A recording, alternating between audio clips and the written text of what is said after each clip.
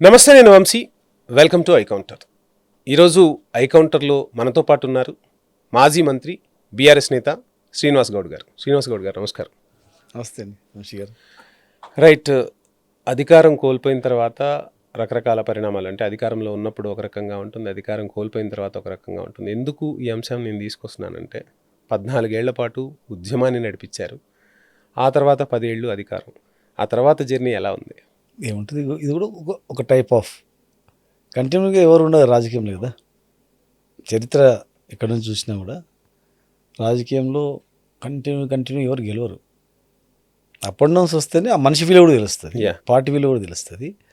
Differences ఎప్పుడైతే కనిపిస్తాయో అప్పుడు ఎవరు కష్టపడి పనిచేసిన వానికి ఏముంటుంది, ఎట్లాగో మనం చేయనోనికి చేస్తామనే కాన్ఫిడెన్స్ ఉంది, చేసినామనే కాన్ఫిడెన్స్ ఉంది. తెలంగాణ తెచ్చుకున్న వాళ్ళం కనుక మాకున్నంత ప్రేమ ఎవరికి ఉండదు తెలంగాణ పైన, ఈ ప్రాంతం పైన, ఈ ప్రాంతం అభివృద్ధి పైన. సో ప్రాంతం అన్నారు కాబట్టి మీ పాలమూరు ముద్దు బిడ్డ పరిపాలన ఎలా ఉంది, ఎన్ని మార్కులు వేస్తారు?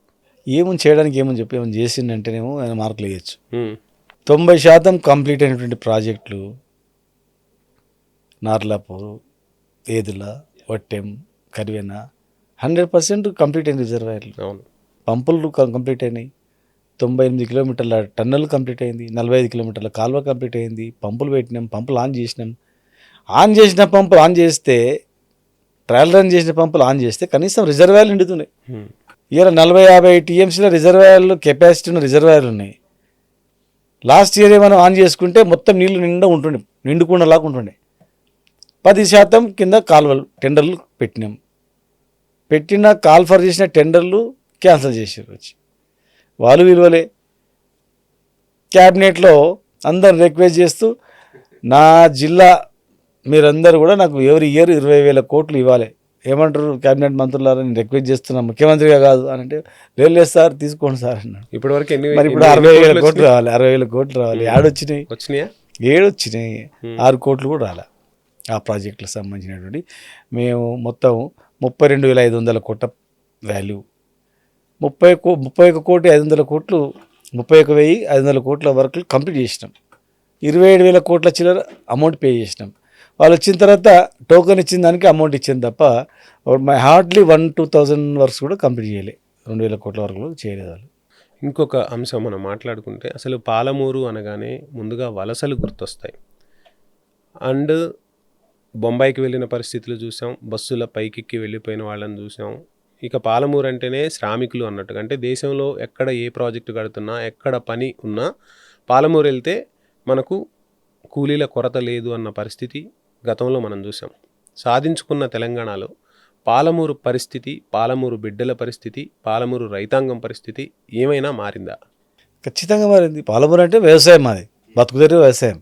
ఆయన జేసీబీలు, ఇటాచీలు లేనప్పుడు గడ్డపారలు పట్టుకొని గుంతలు తోగేది, బునాదులు తోగేది, పిల్లలు తోగేది ఎవడా అంటే పాలమూరుడు. అంతే. పాలమూరు కూలి కష్టం, చెమటోడిసే కష్టం, రాళ్ళు ఎత్తేది, మట్టి ఎత్తేది. దేశవ్యాప్తంగా, ప్రపంచవ్యాప్తంగా ఈ కూలీలను తీసుకొని పనిచేసిన చరిత్ర అన్నమాట. మాకు భూములు ఉన్నాయి, వ్యవసాయం ఉంది, మాకు బతుకుదేరు వ్యవసాయం. వ్యవసాయం పంటలు పండితే ఓడు మా కళ్ళ ముందర కృష్ణా పోయి సముద్రంలో కలుస్తుంది, పొంగి పోయి కృష్ణా తుంగభద్ర నీళ్ళు పోయి సముద్రంలో కలుస్తాయి. ఇటు కాళేశ్వరం, గోదావరి జిల్లాలు కావచ్చు. మరి మా దత్తత తీసుకొని, మా జిల్లాలను దత్తత తీసుకొని ఏమీ కూడా ఇట్లా ముందుకు పోలే. 14 లక్షల మంది పోతారండి వలస. ఒక జిల్లా నుంచి 14 లక్షల మంది. ఇవాళ చూస్తే ఒక జిల్లా పాపులేషన్ అంటే ఒక కొత్త జిల్లాలో ఒక జిల్లా లేచిపోయినట్ల అంత ఉంటుంది ఎక్కడైనా. ఏం మారలే అప్పుడు. ఇప్పుడు మారింది. మేము వచ్చిన తర్వాత 10 లక్షల ఎకరాలకు నీళ్ళు ఇచ్చినాం. 10 లక్షల ఎకరాలు. తెలంగాణ 2014 కన్నా ముందు 2 లక్షల ఎకరాలే. 2 లక్షల ఎకరాలే సాగు మొత్తం కూడా. ఎక్కడ చూసినా కంపతారు చెట్లు, ముర్ల చెట్లు, మొత్తం మురుగు కాలువలు, చెర్ల మొత్తం నిండిపోయి ఉండడం, పుడక తీయకపోవడం సంవత్సరాల కొద్దీ. మేము వచ్చిన తర్వాత చెరువులు పుడక తీసుకున్నాం, మంచినీళ్ళు ఇచ్చినాం, మిషన్ కాకతీయ కింద చెరువులు పుడక తీసుకున్నాం. పాత ప్రాజెక్టులు భీమా కావచ్చు, నెట్టెంపాడు కావచ్చు, కోయిల్సార్ కావచ్చు, కేఎల్ఏ కావచ్చు, పాత ప్రాజెక్టులు కంప్లీట్ చేసుకొని 10 లక్షల ఎకరాలకు నీళ్ళు ఇచ్చినాం. అంటే బిఫోర్ ఫార్మేషన్ ఆఫ్ తెలంగాణ 2 లక్షల ఎకరాలు పంట పండిస్తే, ఆ తర్వాత మేము అడిషనల్గా 10 లక్షలు, 8 లక్షల ఎకరాలు కేఎల్ఐ కింద పండిస్తే మిషన్ కాకతీయ కింద ఆ చెరువుల ద్వారా 2 లక్షలు ఇంచుమించనమాట. ఇంత సవివరంగా మాట్లాడుతున్న శ్రీనివాస్ గౌడ్, ఉత్తర తెలంగాణకు కాళేశ్వరం ప్రాజెక్టు వరప్రదాయనన్నారు. కాళేశ్వరం ప్రాజెక్టును ఆగమేఘాల మీద ఆనాటి బీఆర్ఎస్ ప్రభుత్వం కట్టింది. మరి దక్షిణ తెలంగాణకు వచ్చేసరికి పాలమూరు రంగారెడ్డి ప్రాజెక్టు ఉమ్మడి ఆంధ్రప్రదేశ్లోనూ నిర్లక్ష్యానికి గురైంది, మీ హయాంలో కూడా నిర్లక్ష్యానికి గురైంది అనేది చాలామంది నుంచి వినిపిస్తున్న ప్రశ్న. తప్పు అనేది. ఫస్ట్ ప్రాజెక్టు కాళేశ్వరం కన్నా ముందు పాలమూరు రంగారెడ్డి ప్రాజెక్టుకే మేము శాంక్షన్ చేసుకున్నది. కానీ కోట్ల కేసు వేసారు కాంగ్రెస్ వాళ్ళు వేసిన కేసు. కాంగ్రెస్ వాళ్ళు కోట్ల కేసు వేయడము, రకరకాల ఇబ్బందులు పెట్టడము, హైకోర్టులో, సుప్రీంకోర్టులో, గ్రీన్ ట్రిబ్యునల్లో రకరకాల కేసులు వేసినందుకు జాప్యమైంది. ఇంకా అంతకుముందు ఉమ్మడి ఆంధ్రప్రదేశ్లో జూరాలను తీసుకోవాలని చెప్పి ప్రపోజల్. జూరాలలో ఎంత టీఎంసీ అంటే 7 టీఎంసీలు మొత్తం మట్టి నిండుకోయి లాస్ట్కి ఉండేది 7 టీఎంసీలు. 7 టీఎంసీలు కూడా ఎన్ని రోజులు ఉంటాయి? వరదలు వచ్చేది యావరేజ్గా 40 రోజులు. అంటే జూరాల నుంచి లిఫ్ట్ చేసుకోవాలంటే 40 రోజులు మాత్రమే లిఫ్ట్ చేసుకోవాలి. 40 రోజుల తర్వాత ఒక్క చుక్క కూడా మళ్ళీ ఉండదు అన్నమాట, అంతే. ఎందుకంటే ఆ ఉన్న 7 టీఎంసీలు ఉంటాయి, దాని దగ్గర కింద 2 లక్షల ఎకరాలకు నీళ్ళు ఇవ్వాలి దానికే మళ్ళీ. కనుక లిఫ్ట్ చేసుకోవడానికి అవకాశం లేదు. 40 టీఎంసీల దగ్గర 40 రోజులు మాత్రమే వరద ఉన్న దగ్గర 7 టీఎంసీల దగ్గర తీసుకుంటే మన లాభం లేదు. ఇక్కడ 240 రోజులు నీళ్ళు ఉంటాయి శ్రీశైలంలో. ఈడ జూరాల 40 రోజులు ఉంటే కేవలం 40 రోజులు మాత్రం లిఫ్ట్ చేసుకోవడానికి అవకాశం ఉంటే శ్రీశైలం దగ్గర మనకు 240 రోజులు 44 రోజులు అవకాశం ఉంటుంది. అందుకే మనం బాజాప్తా శ్రీశైలం నుంచి తీసుకొచ్చి ఉల్టా రివర్స్లో మళ్ళీ జూరాలు కూడా నింపుకోవచ్చు అనే ఉద్దేశంతో శ్రీశైలం బ్యాక్ వాటర్ నుంచి మేము నార్లాపూర్ నుంచి అన్ని లిఫ్ట్లు కంప్లీట్ చేసుకున్నాం. అంటే అడిషనల్గా మళ్ళీ 12,50,000 ఎకరాలకు ఉపయోగపడేటువంటివి రిజర్వాయర్లు 60 టీఎంసీల రిజర్వాయర్లు కంప్లీట్ చేసుకున్నాం. టోటల్గా టన్నళ్ళు, కాలువలు, మోటార్లు, దాదాపు 280 కిలోమీటర్ల line, power line, substations 14 substations అన్నీ ఏర్పాటు చేసుకున్నాం. ఒక్కొక్క మోటార్ మీరు అసలు ఎవరు నమ్మరు, 2 లక్షల హెచ్పీల మోటార్ ఒక్కొక్క మోటార్.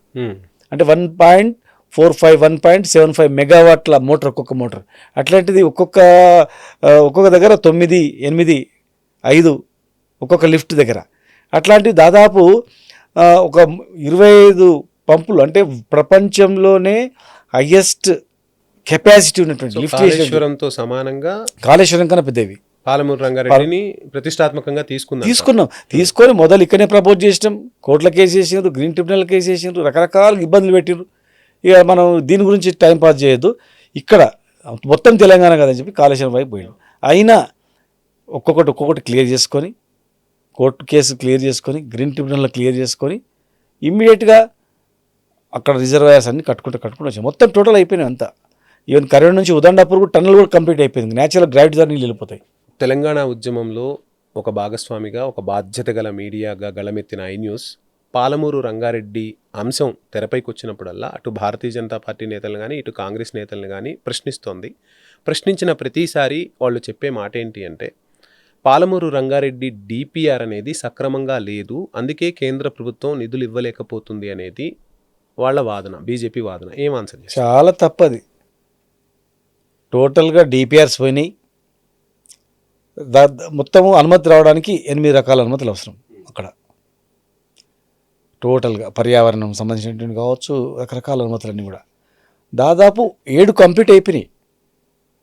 7 కంప్లీట్ అయిపోయినాయి. హియరింగ్ అయిపోయింది, టోటల్ A to Z అయిపోయింది. మొత్తం పబ్లిక్ హియరింగ్ అయిపోయింది, అన్ని టోటల్ కంప్లీట్ అయిపోయి ఫార్మల్గా కేంద్ర మంత్రి దగ్గర సంతకం పోయింది ఫైల్, అంతే. జనరల్గా చాలామంది ఏం చెప్పారంటే ఆ రోజు ఇరిగేషన్ సెక్రటరీలు అందరూ కూడా, సార్ మొత్తం అయిపోయినాయి అన్నీ కూడా, టోటల్ ఆబ్జెక్షన్స్ అయిపోయినాయి, టోటల్గా రివ్యూస్ అయిపోయినాయి, అన్ని టోటల్ ఏమైపోయింది అన్నీ అయిపోయినాయి. జనరల్గా ఫార్మల్గా మంత్రి సంతకం పెడతారు అంతే, వేరే ఏముండదు. అన్నిటికంటే కీలకమైనటువంటిది ఒకటి కూడా మీటింగ్ కూడా అయిపోయింది, దానిలో కూడా అప్రూవల్ అయిపోయింది. మీకు జస్ట్ ఫార్మల్గా అయిపోద్దని అన్నారు. ఎలక్షన్ కూడా వచ్చింది. అటు ఆంధ్రప్రదేశ్ ముఖ్యమంత్రిగా చంద్రబాబు నాయుడు గారు ప్రామాణిక స్వీకారం చేసిండు. మన అదృష్టానికో దురదృష్టానికో మరి ఏమైనా కీలకమైన వ్యక్తిగా అయిపోయింది. ఎందుకు అదృష్టమో దురదృష్టం అంటున్నారు? వాళ్ళ అదృష్టము, మా దురదృష్టము. ఏమైపోయిందంటే వారు రావడం వల్ల కేంద్రం వాళ్ళ చేతుల్లో ఆధారపడి ఉన్నందుకు వాళ్ళకి ఏమైపోయిందంటే, అరే ఇన్ని రోజులు మనం ఆపినాం, మరి ఇప్పుడు ఖచ్చితంగా మనం పబ్లిక్ అనుకుంటారు వాస్తవం కాదని భగవంతు తెలుసు. మరి అన్ని అనుమతులు వచ్చి టక్కున సంతకం పెడితే అయిపోయేది. డిపిఆర్ మళ్ళీ డిపిఆర్లు పంపండి, కొత్తగా ప్రపోజల్ పంపండి అని చెప్పి వచ్చింది.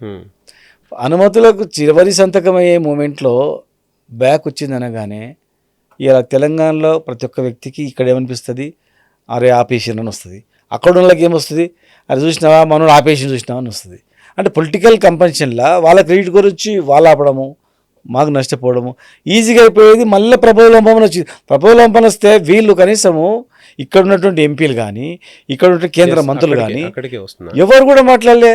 పాలమూరు రంగారెడ్డి ప్రాజెక్ట్ అనేది మహబూబ్ నగర్ ఎన్నికలు, అంటే దేశంలో ఆ రాష్ట్రంలో ఎన్నికలు ఏవి జరుగుతున్నా మహబూబ్ నగర్ అనగానే పాలమూరు రంగారెడ్డి ప్రాజెక్ట్నే తీసుకొస్తారు తెరపైకి, ఓట్లు కుమ్మరించుకుంటాయి పార్టీలు.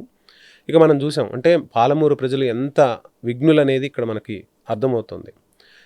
అటు సీఎం రేవంత్ రెడ్డి అయిన తర్వాత కూడా, సొంత జిల్లా వ్యక్తి అయిన తర్వాత కూడా అక్కడ భారతీయ జనతా పార్టీకి చెందిన డీకే అరుణకు పట్టం కట్టారు మహబూబ్ నగర్ ప్రజలు.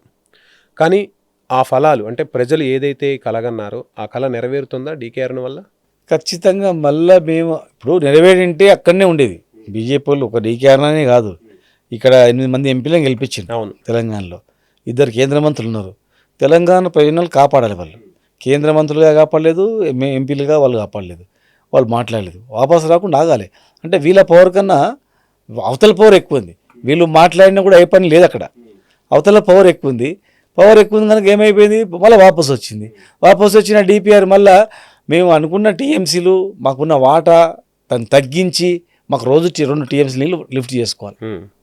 రోజు 2 టీఎంసీల నీళ్ళు లిఫ్ట్ చేసుకునేటువంటి కెపాసిటీ మోటార్స్ ఉన్నాయి టోటల్గా. మరి అలాంటి మోటార్స్ ఉండి అంత కెపాసిటీ ఉండి మళ్ళీ కేఎల్ఐకి కూడా లింక్ చేసి, పాలమూరు రంగారెడ్డి జిల్లా ప్రాజెక్టును కేఎల్ఐ కూడా లింక్ చేసి, కేఎల్ఐ కింద 10 లక్షల ఎకరాలు, పాలమూరు రంగారెడ్డి జిల్లా కింద 12,50,000 ఎకరాలు, మొత్తం 22,50,000 ఎకరాలకు నీళ్ళు అందించే అతిపెద్ద స్కీము తెలంగాణలో. పాలమూరు అంటేనే కోనసీమ మాదిరిగా అయ్యేటువంటి అవకాశం ఉన్నటువంటి ఈ ప్రాంతాన్ని, అద్భుతంగా ఉన్నటువంటి అవకాశాన్ని ఇట్లా నోటికాడుకు వచ్చిన కూడు కింద పడ్డాను చూడు, గట్ల నోటికాడుకు వచ్చింది మళ్ళీ కింద పడ్డది. కింద పడి ఎవరు ఎంపీలు, వాళ్ళు బీజేపీ ఎంపీలు అని కాదు, కాంగ్రెస్ ఎంపీలు కూడా ఉన్నారు కదా, కాంగ్రెస్ ఎంపీలు కానీ బీజేపీ ఎంపీలు కానీ కాంగ్రెస్ మన మంత్రులు కానీ ఎవరు మాట్లాడలేదు. ఇలా 10% కంప్లీట్ అవ్వడానికి అవకాశం ఉన్న కాలువలు కూడా టెండర్ రద్దు చేసి పడేసారు. అవి కూడా ఇంతవరకు టెండర్ విలువలేదు. మా బతుకుదిరే పాలమూరు ప్రాజెక్టు దాని మీద మా ఒక్క జిల్లా కాదు, మాతో పాటు అటు రంగారెడ్డి జిల్లా కానీ ఇక నల్గొండ జిల్లా కానీ 3 జిల్లాలకు ఉపయోగపడే, ఆ నుంచి అవసరం పడే ఖమ్మం కూడా అవసరం పడే. ఇంత మాట్లాడుతున్నప్పుడు మీ ఆవేదన, ఆక్రందన అర్థమవుతుంది, అంటే మీ భావోద్వేగాన్ని అర్థమవుతుంది. ఓవైపు ముఖ్యమంత్రి సొంత జిల్లాకు ఉండటం ఖచ్చితంగా ఆ జిల్లాకు ఎంతో కొంత ప్లస్ అవుతుంది, ఖచ్చితంగా ఆ జిల్లాను అభివృద్ధి చేయాలి. అందులోనూ మహబూబ్ నగర్ లాంటి జిల్లా ఉమ్మడి ఆంధ్రప్రదేశ్ నుంచి కూడా వివక్షకు గురైంది. పాలకులు కేవలం ఎన్నికల కోసం ఆ జిల్లాను వాడుకున్నారు, రాజకీయం చేశారు తప్ప ఆ జిల్లాకు న్యాయం చేసిన వాళ్ళు లేరు. శిలాపలకాలకే కాలం సరిపోయిన పరిస్థితి. మీరు 10 ఏళ్ళు అధికారంలో ఉన్నారు ఒక మంత్రిగా, ఇప్పుడు డీకే అరుణ్ ఉన్నారు, తనకు సుదీర్ఘ రాజకీయ అనుభవం ఉంది. అటు సీఎం రేవంత్ రెడ్డి కూడా ఇప్పుడు మంచి ప్లేస్లో ఉన్నారు. పాలమూరు ప్రజల స్థితిగతులను, వారి తలరాతలను మార్చే ప్రయత్నాలు పాలకులు చేయట్లేదా? పాలకుల నిర్లక్ష్యమా, ప్రజల శాపమా అంటే ఏం చెప్తారు? ఖచ్చితంగా పాలకుల నిర్లక్ష్యం. ప్రజలు ఏం చేసినండి పాపం, ప్రజలు ఏం చేసి నమ్మిండ్రు, ఓట్లు వేస్తూ వస్తూ పోయినరు. 70 ఏళ్ళు వేసిండ్రు, దత్తత తీసుకున్నారు జిల్లాను మొత్తం, అట్లా చేస్తామన్నారు. ప్రపంచ బ్యాంక్ నుంచి లైన్ వరుస కట్టుకొని డైరెక్ట్ ఎయిర్పోర్ట్ దిగి పాలమూరికి వచ్చారు బస్సులలో. అయ్యో ఇంత పేదరికం ఉందని. ప్రపంచంలోనే అత్యధిక నిరాక్షరత ఉన్న దేశంలోనే పాలమూరు జిల్లా. ఆకలి చావులకు పాలమూరు జిల్లా, కరెంటు సావులకు పాలమూరు జిల్లా, వలసలకు పాలమూరు జిల్లా, దళిద్రానికి మొత్తం పాలమూరు జిల్లా. మేము వచ్చిన తర్వాత ఖచ్చితంగా 10 లక్షల ఎకరాలు చేసినాం, పంటలు పండించినాం. మొత్తం పోయిన వాళ్ళు వాపసు వచ్చిండ్రు. బతకడానికి పక్కల కర్ణాటకలో కానీ రైచూరు కావచ్చు, పక్కల కర్నూలు నుంచి ఎంతోమంది రైతులు వచ్చి పాలమూరులో బతికిపోయిన సందర్భాలు వేల మంది. అక్కడ నుంచి వెహికల్ తీసుకొని వచ్చి కూలి పని చేసుకొని పోయిన సందర్భాలు మేము చూసినాం స్వయంగా. అంటే 100% మేము అందరు బతకాలి, పక్క రాష్ట్రం వాళ్ళు బతుకుని సంతోషపడే వాళ్ళం ఎవరైనా కానీ. ఇప్పుడు మాకు వాళ్ళకు సంబంధాలు ఉంటాయి, చుట్టరికం ఉంటుంది, బంధుత్వాలు ఉంటాయి. అరే మేము ప్రాంతం మీద కొట్లాడినాం తప్ప, ప్రభుత్వం మీద కొట్లాడినాం తప్ప ప్రాంతం మీద కొట్లాడలేదు, ప్రాంతం ప్రజల మీద కొట్లాడలేదు. మేము ప్రాంత ప్రజలను మేము కడుపులో పెట్టుకున్నాం. తెలంగాణ వచ్చిన తర్వాత ఇండస్ట్రీస్ ఇక్కడ వచ్చినా కడుపులో పెట్టుకున్నాం. ఇక్కడ చిన్న గొడవలు కానీయలేదు. అరే మన అన్నదమ్ములా కలిసి ఉందామని చెప్పినాం. ప్రాంతం విడిపోయినా మనం అందరం కలిసి ఉందామని చెప్పి చేసుకున్నాం. ఇలా మా ప్రాంతంలో వచ్చి అక్కడి నుంచి పోయి బతుకుతుంటే సంతోషపడ్డాం. ఒకప్పుడు మన పాలమూరులో 10 ఎకరాలు అమ్మితే అక్కడ ఆంధ్రలో ఒక ఎకరం కూడా రాకుండే, అవును, ఇక్కడ 20 ఎకరాలు అమ్మితే అర్ధ ఎకరం కూడా రాకుండా, ఎకరా రాకుండే. అప్పుడు పరిస్థితి. ఇవాళ మాకు ఏమైంది తెలుసా, 10 సంవత్సరాలలో అవతల పక్కల కర్నూలులో కావచ్చు, అవతల కర్ణాటకలో సేడం ఉంది, పక్కల సేడం, రాయచూర్, గుల్బర్గా, ఇవన్నీ కూడా ఒకప్పుడు తెలంగాణ నుంచి విడిపోయినటువంటి జిల్లాలు. అవన్నీ కూడా బార్డర్లో అవతల 3 లక్షలకు 4 లక్షలకు ఉంటే ఇక్కడ 40 లక్షలు 50 లక్షలు ఉండేది అనమాట.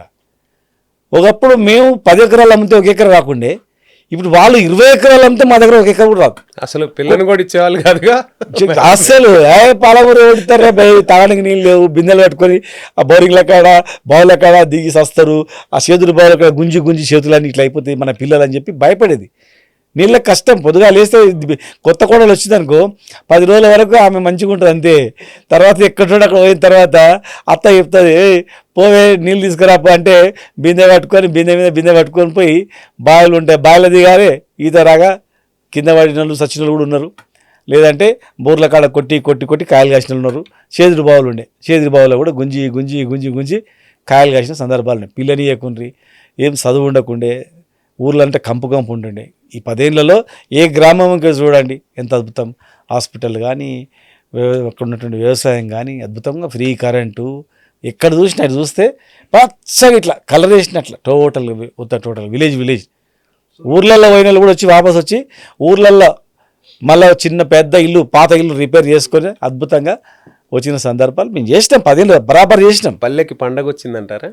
ఖచ్చితంగా పల్లెలు సంతోషపడ్డారు.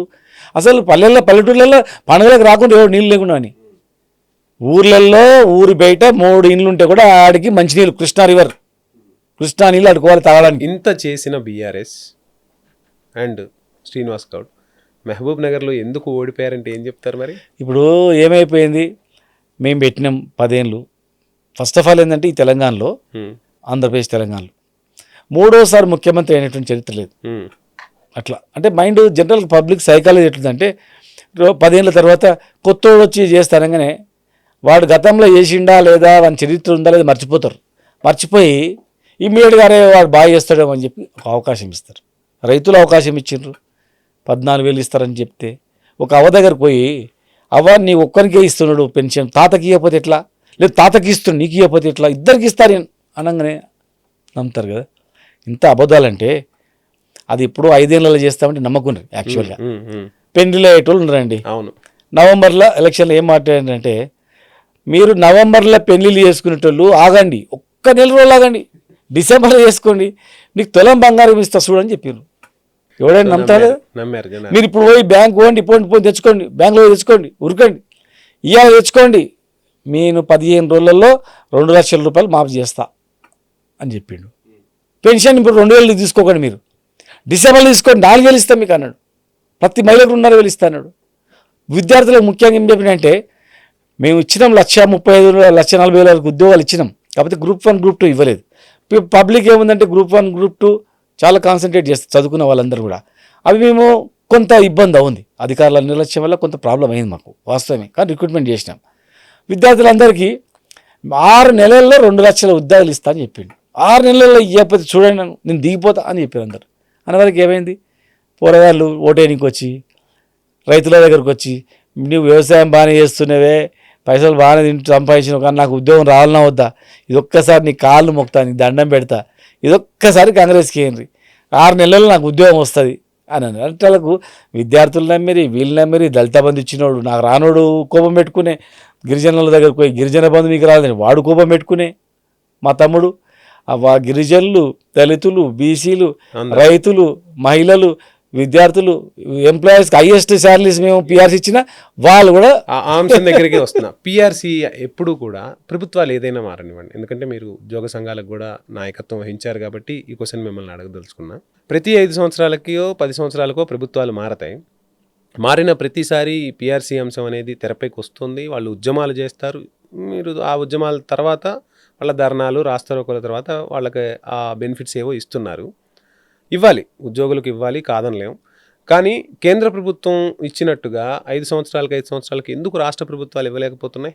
ఒకటి గుర్తుపెట్టుకోండి సార్, తెలంగాణ రాకముందు సెంట్రల్ గవర్నమెంట్ ఎంప్లాయీస్ కన్నా చాలా తక్కువ ఉండేది శాలరీస్, చాలా. మేము 2 పిఆర్సీలు కలుపుకుంటే 72% పైన దేశంలోనే హయ్యెస్ట్ శాలరీస్ ఎక్కడున్నాయంటే తెలంగాణలో.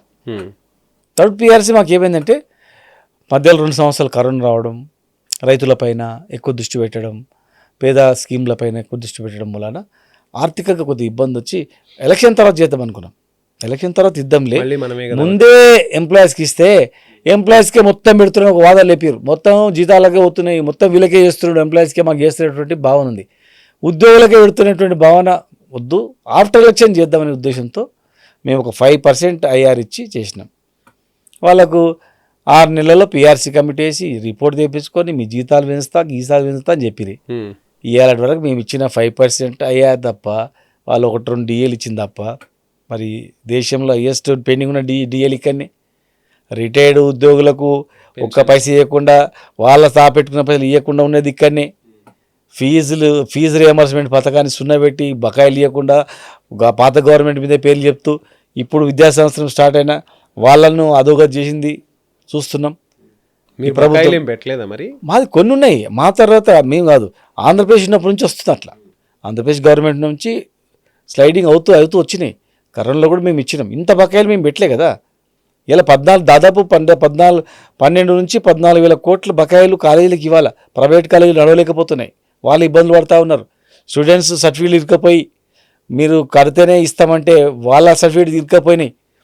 ఈ విద్యా సంవత్సరం స్టార్ట్ అయింది, మళ్ళీ ఎవడు కూడా పాత స్కీమ్ అమలు చేస్తామని లేదు, కొత్తది తీసుకొచ్చిండ్రు. మీ అకౌంట్లో వేస్తాం, విద్యార్థుల అకౌంట్లలో కట్టాలి, కట్టకపోతే మీ మీద రెవెన్యూ రికవరీ యాక్ట్ పెడతాం. దావుద్ ఇబ్రాహిం మీద, విజయమాల్య మీద, మిగతా మీద పెట్టినట్ల బిడ్డ మీరు కట్టాలి, కట్టకముందే ఏం కాకముందే ఆంక్షలు పెట్టి పడేసారు. ఇటువంటి వ్యవస్థ నడుస్తుంది కనుక ఏమైందంటే ప్రతి ఒక్క వర్గాన్ని అట్రాక్ట్ చేసారు వాళ్ళంతా. ప్రతి ఒక్క కులాన్ని తీసుకుని అందరిని అట్రాక్ట్ చేసే వరకు ఏమైంది, అందరు నమ్మిండ్రు. ఇక్కడ పిఆర్సీ అంశం గురించి మనం మాట్లాడాం. ప్రతి 5 సంవత్సరాలకు ఒకసారి ఎంప్లాయీస్కి సంబంధించి సరే పెరుగుతున్న ఖర్చులు కావచ్చు, వేతనాలు పెంచాల్సిన అవసరం ఉందని చెప్పి గుర్తించి ఇస్తున్నారు. అంటే ఎంప్లాయీస్కి ఇవ్వద్దు అని అనట్లేదు. రైతులు ఏం పాపం చేశారు సార్ దేశంలో, రాష్ట్రంలో? రైతుల గురించి ఎందుకు ఆలోచించరు? పెట్టుబడి ఖర్చు పెరుగుతూ ఉంది. సరే మీరు పెట్టుబడి సాయం చేస్తూ ఉన్నా మద్దతు ధర ఇస్తే ఈ రైతు బంధులో, రుణమాఫీలో ఇవన్నీ రైతుకు అవసరం లేదు. మనందరం కూడా రైతు కుటుంబాల నుంచి వచ్చిన వాళ్ళమే. ఎందుకు 5 సంవత్సరాలకో లేదంటే సంవత్సరానికో రైతులకు సంబంధించి రివ్యూలు జరగట్లేదు? చూడు వంశీ గారు, దేశంలో రైతుల మీద ఒక సంస్కరణ తీసుకొచ్చి రైతులకు బాగు చేసింది ఒక కేసీఆర్ గారు మాత్రమే, మా ప్రభుత్వమే, గుర్తుపెట్టుకోండి. ఇవాళ పంజాబ్ వాళ్ళు మళ్ళీ వచ్చారు ఢిల్లీకి. గత 3 సంవత్సరాల క్రితం కూడా పంజాబ్ రైతులు, దేశవ్యాప్తంగా రైతులందరూ కూడా ఢిల్లీలో ధర్నా చేశారు. బండ్ల మీద వేసి తొక్కిచ్చి చంపారు. చాలామంది రైతులు చనిపోయారు, హార్ట్ అటాక్ చనిపోయారు, యాక్సిడెంట్లు చనిపోయారు, ఇబ్బందులు పడ్డారు. అనేక చట్టాలు తీసుకొస్తే మళ్ళీ కొట్లాడి ఆ చట్టాలన్నీ కూడా నల్ల చట్టాలన్నీ క్యాన్సిల్ చేసిన సంఘటన. మళ్ళీ ఇప్పుడు ఢిల్లీకి రైతులు వచ్చారు. ఇవాళ ఈ తెలంగాణలో బతుకుదెరువే కరెంటు. కాలువల వ్యవసాయం లేదు, ఇక్కడ నీళ్ళు పోతున్న గుడ్లప్పకి చూస్తున్నాను అంతే, వరదలు పోయినట్ల. మళ్ళీ బోరు వ్యవసాయం అంతే, మన బతుకంతా బోర్ల రిపేరు, ట్రాన్స్ఫార్మర్ల రిపేరు, కరెంట్ రిపేరు, ఇవే బతుకు. మేము వచ్చిన 10 ఏళ్లలో ఉచిత కరెంట్ ఇచ్చిన దేశంలో మేమే. కేసీఆర్ గారే తీసుకొచ్చింది స్కీమ్. రాజశేఖర రెడ్డి కరెంటే లేదు అప్పుడు, తీసుకొస్తే ఏం లాభం? సరే ఉచిత స్కీమ్ అయితే తీసుకొచ్చి నువ్వు కరెంటు ఒకవేళ తీసుకొచ్చిండు గ్రేట్, దాన్ని కూడా కాదని అప్రిషియేట్ చేస్తాం. కానీ కరెంట్ ఇవ్వలే వాళ్ళు, కరెంటే లేదు అక్కడ. నువ్వు 3 గంటలు కరెంట్ ఉదయం, రాత్రి 3 గంటలు ఆయన కరెంట్ ఆన్ చేసి ఆయన కాలువ నీళ్ళు ఇట్లా చేను కాడుకొని ఇట్లా బుద్ధాడుతున్నా కానీ తప్పులు కరెంట్ పోతుంది. మళ్ళీ ఈ నీళ్ళన్నీ భూమి తాగుతుంది, మళ్ళీ స్టార్ట్ చేస్తాడు. కరెంటు కాడుకోవాలి రావాలి, ఇంత తప్పితే ఏం లేదు. పాము గారి చచ్చిపోయిన 100 మంది చేనుల కాడ పోయి కరెంటు గురించి కాపు కాసి మేమున్న హాయంలో ఫ్రీ కరెంట్ ఇచ్చినామంటే నాణ్యతమైన కరెంట్ ఇచ్చినాం. వెనకటికి ట్రాన్స్ఫార్మర్లు కాలిపోతే రైతులు బండ్ల మీద వేసుకొని పోయి ట్రాన్స్ఫార్మర్ రిపేర్ల కాడ, మోటార్లు కాలిపోతే మోటార్ల రిపేర్ కాడ కావాలి కాసుకుంటా వాళ్ళ జీవిత పైసలన్నీ బోర్లు వేసుకోము, దీనికి సరిపోతున్నాయి. మరి మేము గ్రౌండ్ వాటర్ పెరిగింది మేము వచ్చిన తర్వాత, చెరువులు పొడుగు తీసినందుకు. కరెంటు ఉంది, పెట్టుబడి ఇచ్చినాము, ఒడ్లు కొన్నాము. కరోనాలో కూడా 1 రోజుల్లో డబ్బులు వేసినాం. కరోనాలో డబ్బులు లేవు, మొత్తం ఖాళీ ఖజానా. అయినా కూడా ఎక్కడి నుంచో తీసుకొచ్చి ఏం చేసినా సరే రైతులకు ఇచ్చినాం. మేము రైతుల గురించి సంస్కరణలు లేకుంటే ఈ దేశంలో అత్యధిక వరి పంట పండిన రాష్ట్రం తెలంగాణ అయింది. 20వ స్థానం నుంచి నెంబర్ 1 స్థానంకు తెలంగాణ వచ్చిందంటే 14 కన్నా ముందు ఎక్కడుంటిమి, 14 తర్వాత 10 ఏళ్ళలో ఎక్కడ ఉంటుంది. ఇవాళ రైతు ఎక్కడ ఉన్నాడు, ఇవాళ రైతు ఎక్కడ ఉన్నాడు. పిండి సంచులు, యూరియా పిండి సంచులు దొరుకుతలేవండి, ఒక విజన్ లేదు. ఇక్కడ ఒక అంశం మాట్లాడుకుందాం. సో 39 సీట్లు, సరే వెళ్ళినా తర్వాత పార్టీలు మారినా ఏది జరిగినా 39 సీట్లు గెలుచుకున్నారు.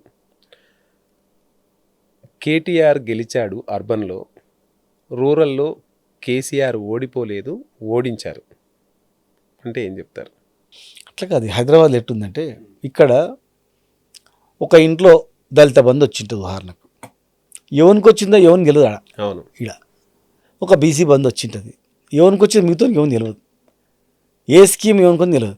ఆడ ఊర్లో ఏమైంది తెలుసా, ఊరికి 5 మందికి ఇచ్చినాం దళిత బంధు, మిగతా వాళ్ళందరూ మీరు మనుషులు గారా మీకు ఎందుకు రాలేదని వీడే ప్రచారం చేయబట్టి అపోజిషన్ పార్టీ కాంగ్రెస్ వాళ్ళు అనమాట. ఇట్లా ప్రతిదీ విలేజ్లలో రాని వాళ్ళకు ఉచికాయించడం చేయడం. ఇక్కడ పబ్లిక్ ఏముంది, అరే మంచి కరెంట్ ఉంది, హైదరాబాద్లో లా అండ్ ఆర్డర్ కంట్రోల్ ఉంది, ఆడపిల్ల బయటకు పోతే కూడా సాయంత్రం వరకు ఇంటికి వస్తుంది, అర్ధరాత్రైనా మనం భయపడడానికి పని లేదు. అన్ని ప్రాంతాలకు ఒక ఈక్వాలిటీ ఉంది ఇక్కడ. ఎవరికి అన్యాయం జరిగినా పోలీస్ స్టేషన్లో ఈ ఊరేంది పేరేంది అడుగారు, అక్కడ న్యాయమా అన్యాయమా జరుగుతుంది. అమ్మాయిల మీద ఏమైనా ఇమ్మీడియట్ యాక్షన్ తీసుకుంటున్నారు. రౌడీజం లేదు, భూ కబ్జాలు లేవు, భూముల రేట్లు వెనకటికి ఇప్పుడు ఆంధ్ర వాళ్ళు ఎక్కువ ఉంటారు ఇక్కడ, రాయలసీమలో ఎక్కువ ఉంటారు ఇక్కడ, కర్ణాటకలో ఉంటారు ఇక్కడ, మహారాష్ట్రలో ఉంటారు, అన్ని రాష్ట్రాల్లో ఉంటారు ఇక్కడ. వాళ్ళ ఊర్లలో భూమి కొనుక్కొని ఈడ ప్లాట్ కొంటే ఆడ 10 ఎకరాలు మిగిలిపోయినా ఎంత ఉందో, ఈడ ఒక 1000 గజాలు ఉంటే దానికి 10 ఎంతలు ఎరిగిపోయింది వాల్యూ. ఇక్కడ బతుకు తెరుగు వచ్చేసింది. ఇక చాలామంది ఆంధ్ర నుంచి కాల్ చేసి మేము ఆంధ్ర గోంసరిగా అయిపోయింది, రాజులు కావచ్చు చాలామంది మిగతా అన్ని గురించి కూడా మాట్లాడేవాళ్ళు కదా, సంక్రాంతి సమయంలో రోడ్ల గురించి కూడా మాట్లాడేవాళ్ళు. ఇక వాళ్ళు నిద్రపోయేది ఆడ గడగడ వచ్చిందంటే ఆంధ్ర వచ్చిందిరా లేద్దాం అనేటట్టు అని చెప్పేది, వాళ్ళే చెప్పేది. కోడి పందాలు ఈ పందాలకు ఆడని మంచిగా వచ్చేటప్పుడు మమ్మల్ని కూడా వదులుకుపోయేటోళ్ళు, ఇక్కడ నుంచి కలిసిమెలిసి ఉండేటోళ్ళు అందరం కూడా. అయితే సంబరపడేవాళ్ళు అన్ని వర్గాలు, రాజులు కావచ్చు, ఎక్కువ కమ్మ వాళ్ళు కావచ్చు, లేకపోతే మిగతా ఎక్కువ ఆ సామాజిక వర్గాలు, బిజినెస్ ఆర్థికంగా ఉన్నటువంటి వాళ్ళు. అక్కడ భూములు అమ్ముకొని పర్మనెంట్ ఇక్కడే అవుతాం, పైగా ఎవడవుతాం. అక్కడ వాతావరణం బాగుండదు, అంతా ఎండలు ఎక్కువ, శివసీమ అంటుంటుంది. 2 రోజులు పోతే సంక్రాంతి పడి ఎప్పుడు మళ్ళీ హైదరాబాద్ అని ఎదురు చూసేదంట వాళ్ళు. అప్పుడు ఇక్కడ నుంచి అక్కడ పోయి ఉండి వచ్చేటోళ్ళు. ఇక్కడ బతుకు తిరుగు వచ్చే రేట్లు పెరిగిపోయాయి, విలువ పెరిగిపోయాయి, ప్రశాంతమైన వాతావరణం ఉంది.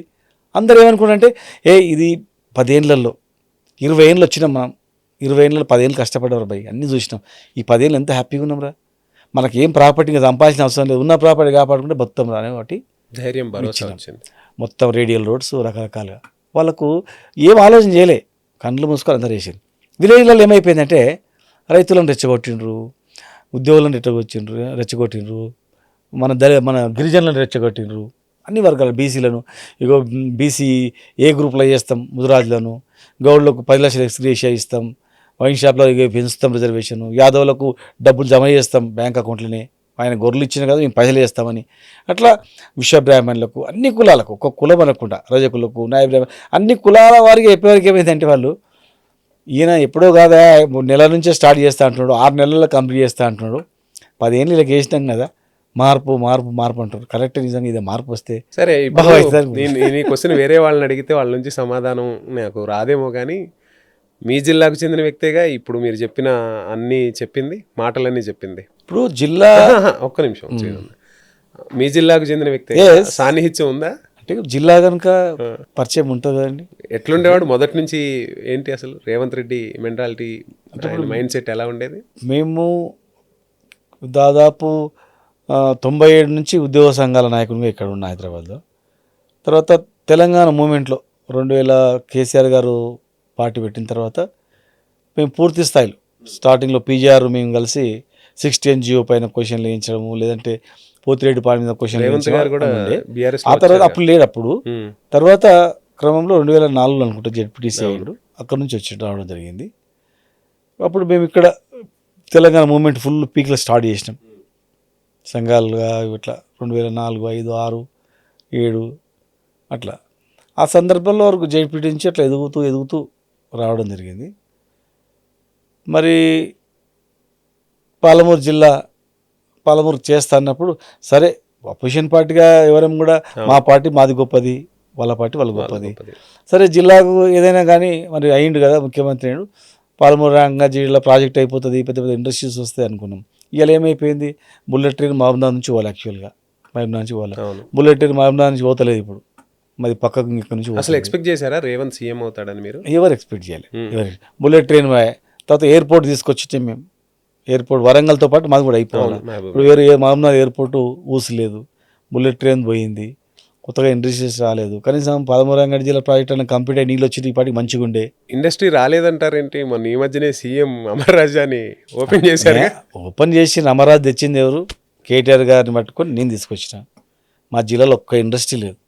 కేటీఆర్ గారిని పట్టుకొని అమరాజ్ ఇండస్ట్రీ తమిళనాడు పోతుంది, తమిళనాడు ముఖ్యమంత్రి స్టాలిన్ గారు పిలిచిండు, మా దగ్గర రాండి అంటే పోతుంది, మనం తీసుకొచ్చుకుందాం ఆంధ్ర నుంచి. ఆ రోజు ఇదే శ్రీనివాస్ గౌడ్ పై చాలా విమర్శలు వచ్చినాయి కదా.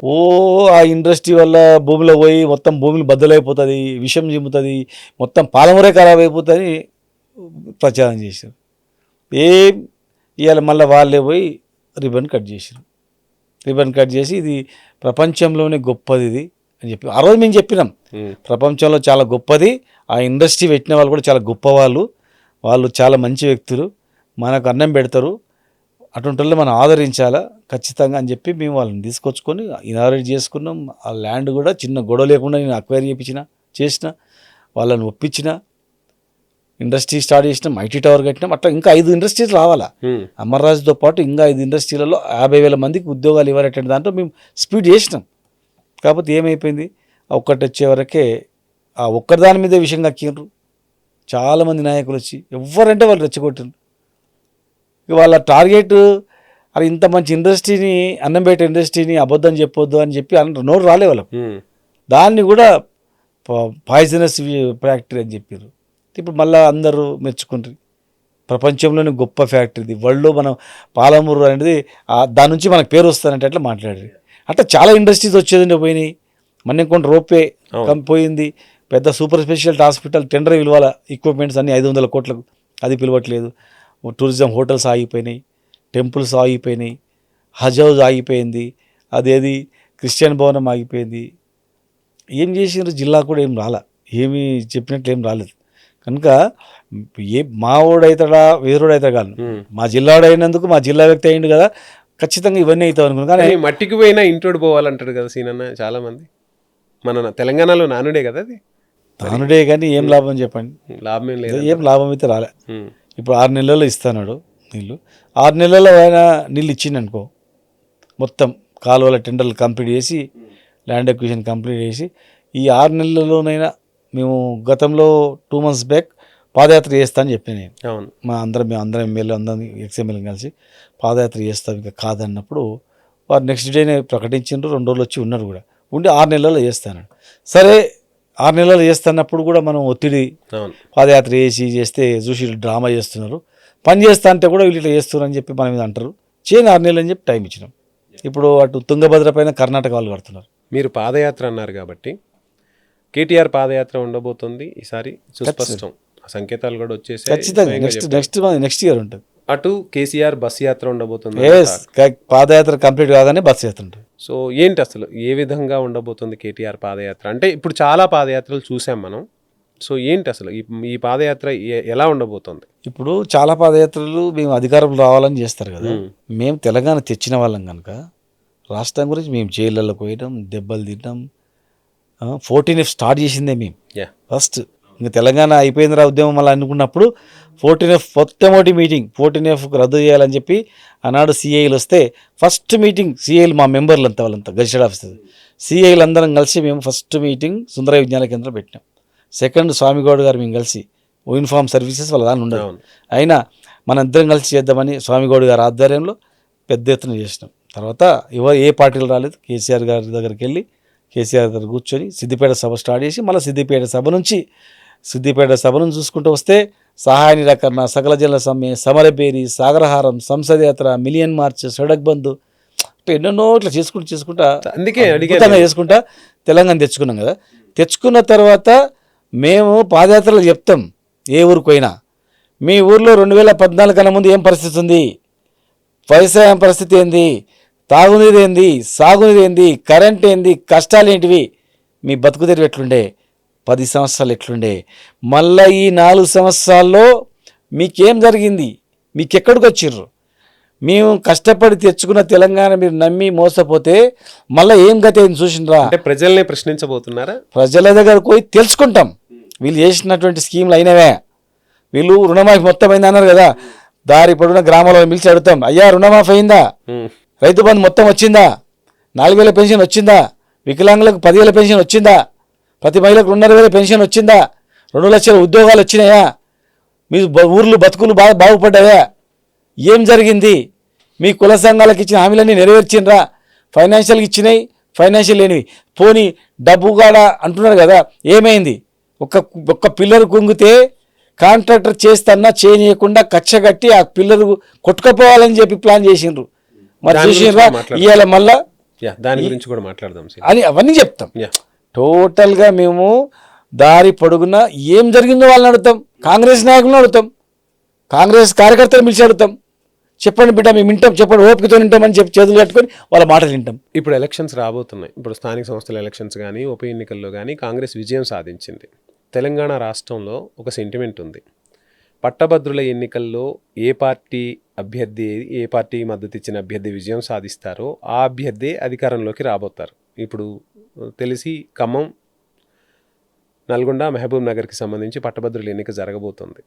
అంటే పట్టభద్రుల ఎన్నికని ఎందుకు మాట్లాడుకుంటున్నామంటే ఇక్కడ అన్ని రకాల నిరుద్యోగులు ఉంటారు, ఉద్యోగస్తులు ఉంటారు, కాస్త సమాజంలో ప్రతి వర్గానికి సంబంధించిన వాళ్ళు ఉంటారు. కాబట్టి జయకేతనం ఎగరవేయబోతుందా? ఇక్కడి నుంచే బీఆర్ఎస్ నాంది పలకబోతుందా రేపు అధికారంలోకి రావడానికి? చూడండి, డెఫినెట్గా ఎమ్మెల్సీలు కావచ్చు, ఆ తర్వాత వచ్చే ప్రభుత్వం మాత్రం గ్యారెంటీగా మేమే వస్తాం. 3వసారి మళ్ళీ కేసీఆర్ గారే ముఖ్యమంత్రి గ్యారెంటీ అవుతాడు, మాకు పూర్తి విశ్వాసం ఉంది. ఎందుకంటే ముట్టిగా చెప్తలే మేము ఇట్లా కాంగ్రెస్కి వేయాలంటే ఎందుకు వేస్తారు? అప్పుడు ఏదో మాటలు చెప్పినారు, ఓకే మేము చేస్తామంటే వేసారు, 5 ఏళ్ళు చూసారు కదా, అంటే మళ్ళీ 5 ఏళ్ళు వాళ్ళ జీవితాలు నాశనం చేసుకొని చూస్తారా? ఆయన చెప్తున్నారు కదా సీఎం 2039 వరకు నేనే సీఎం అంటున్నారు కదా. ఇప్పుడు నువ్వు 30 రోజులల్లో కంప్లీట్ చేస్తా అని 5 సంవత్సరాలు చేయకుండా మళ్ళీ ఏం చేస్తా అంటే నమ్ముతారా తెలంగాణ ప్రజలు? ఆలోచన చేయండి, లాజిక్ ఉండాలి కదా. ఇప్పుడు వాళ్ళు ఏదైనా చెప్తే మనకు కూడా అర్థం కావాలి కదా, అంత పెద్ద తెలివిలేని వ్యక్తులు కాదు కదా ఇక్కడ, చాలా తెలివి మంత్రులు ఇక్కడ. చాలా చైతన్యం. ఇప్పుడు నువ్వు 5 ఏళ్ళలో చేస్తా అని చెప్పి అయ్యో చేయలేకపోయినా మళ్ళీ ఒక ఛాన్స్ ఇవ్వంటే అంటే సరే చూస్తారు. నువ్వు డిసెంబర్లో 3 తారీఖు నుంచి వారం రోజులు పెళ్లి వాయిదా వేసుకో, పెన్షన్ తీసుకోకు, రుణమాఫీ ఇప్పుడు 2 తెచ్చుకోపోయి చేస్తా, ఇవి అన్నీ చెప్పి ఏం కాకుండా ఇవాళ మేము మళ్ళీ అధికారంలో వస్తే మేము చేస్తా అంటే ఎవరు నమ్మకం గుర్తుపెట్టుకో. బీఆర్ఎస్ అధికారంలోకి రాబోతుందా? 100% బీఆర్ఎస్ అధికారంలోకి. ఇప్పుడు నేను అడిగే క్వశ్చన్కి ఆన్సర్ చేస్తారని అనుకుంటున్నా.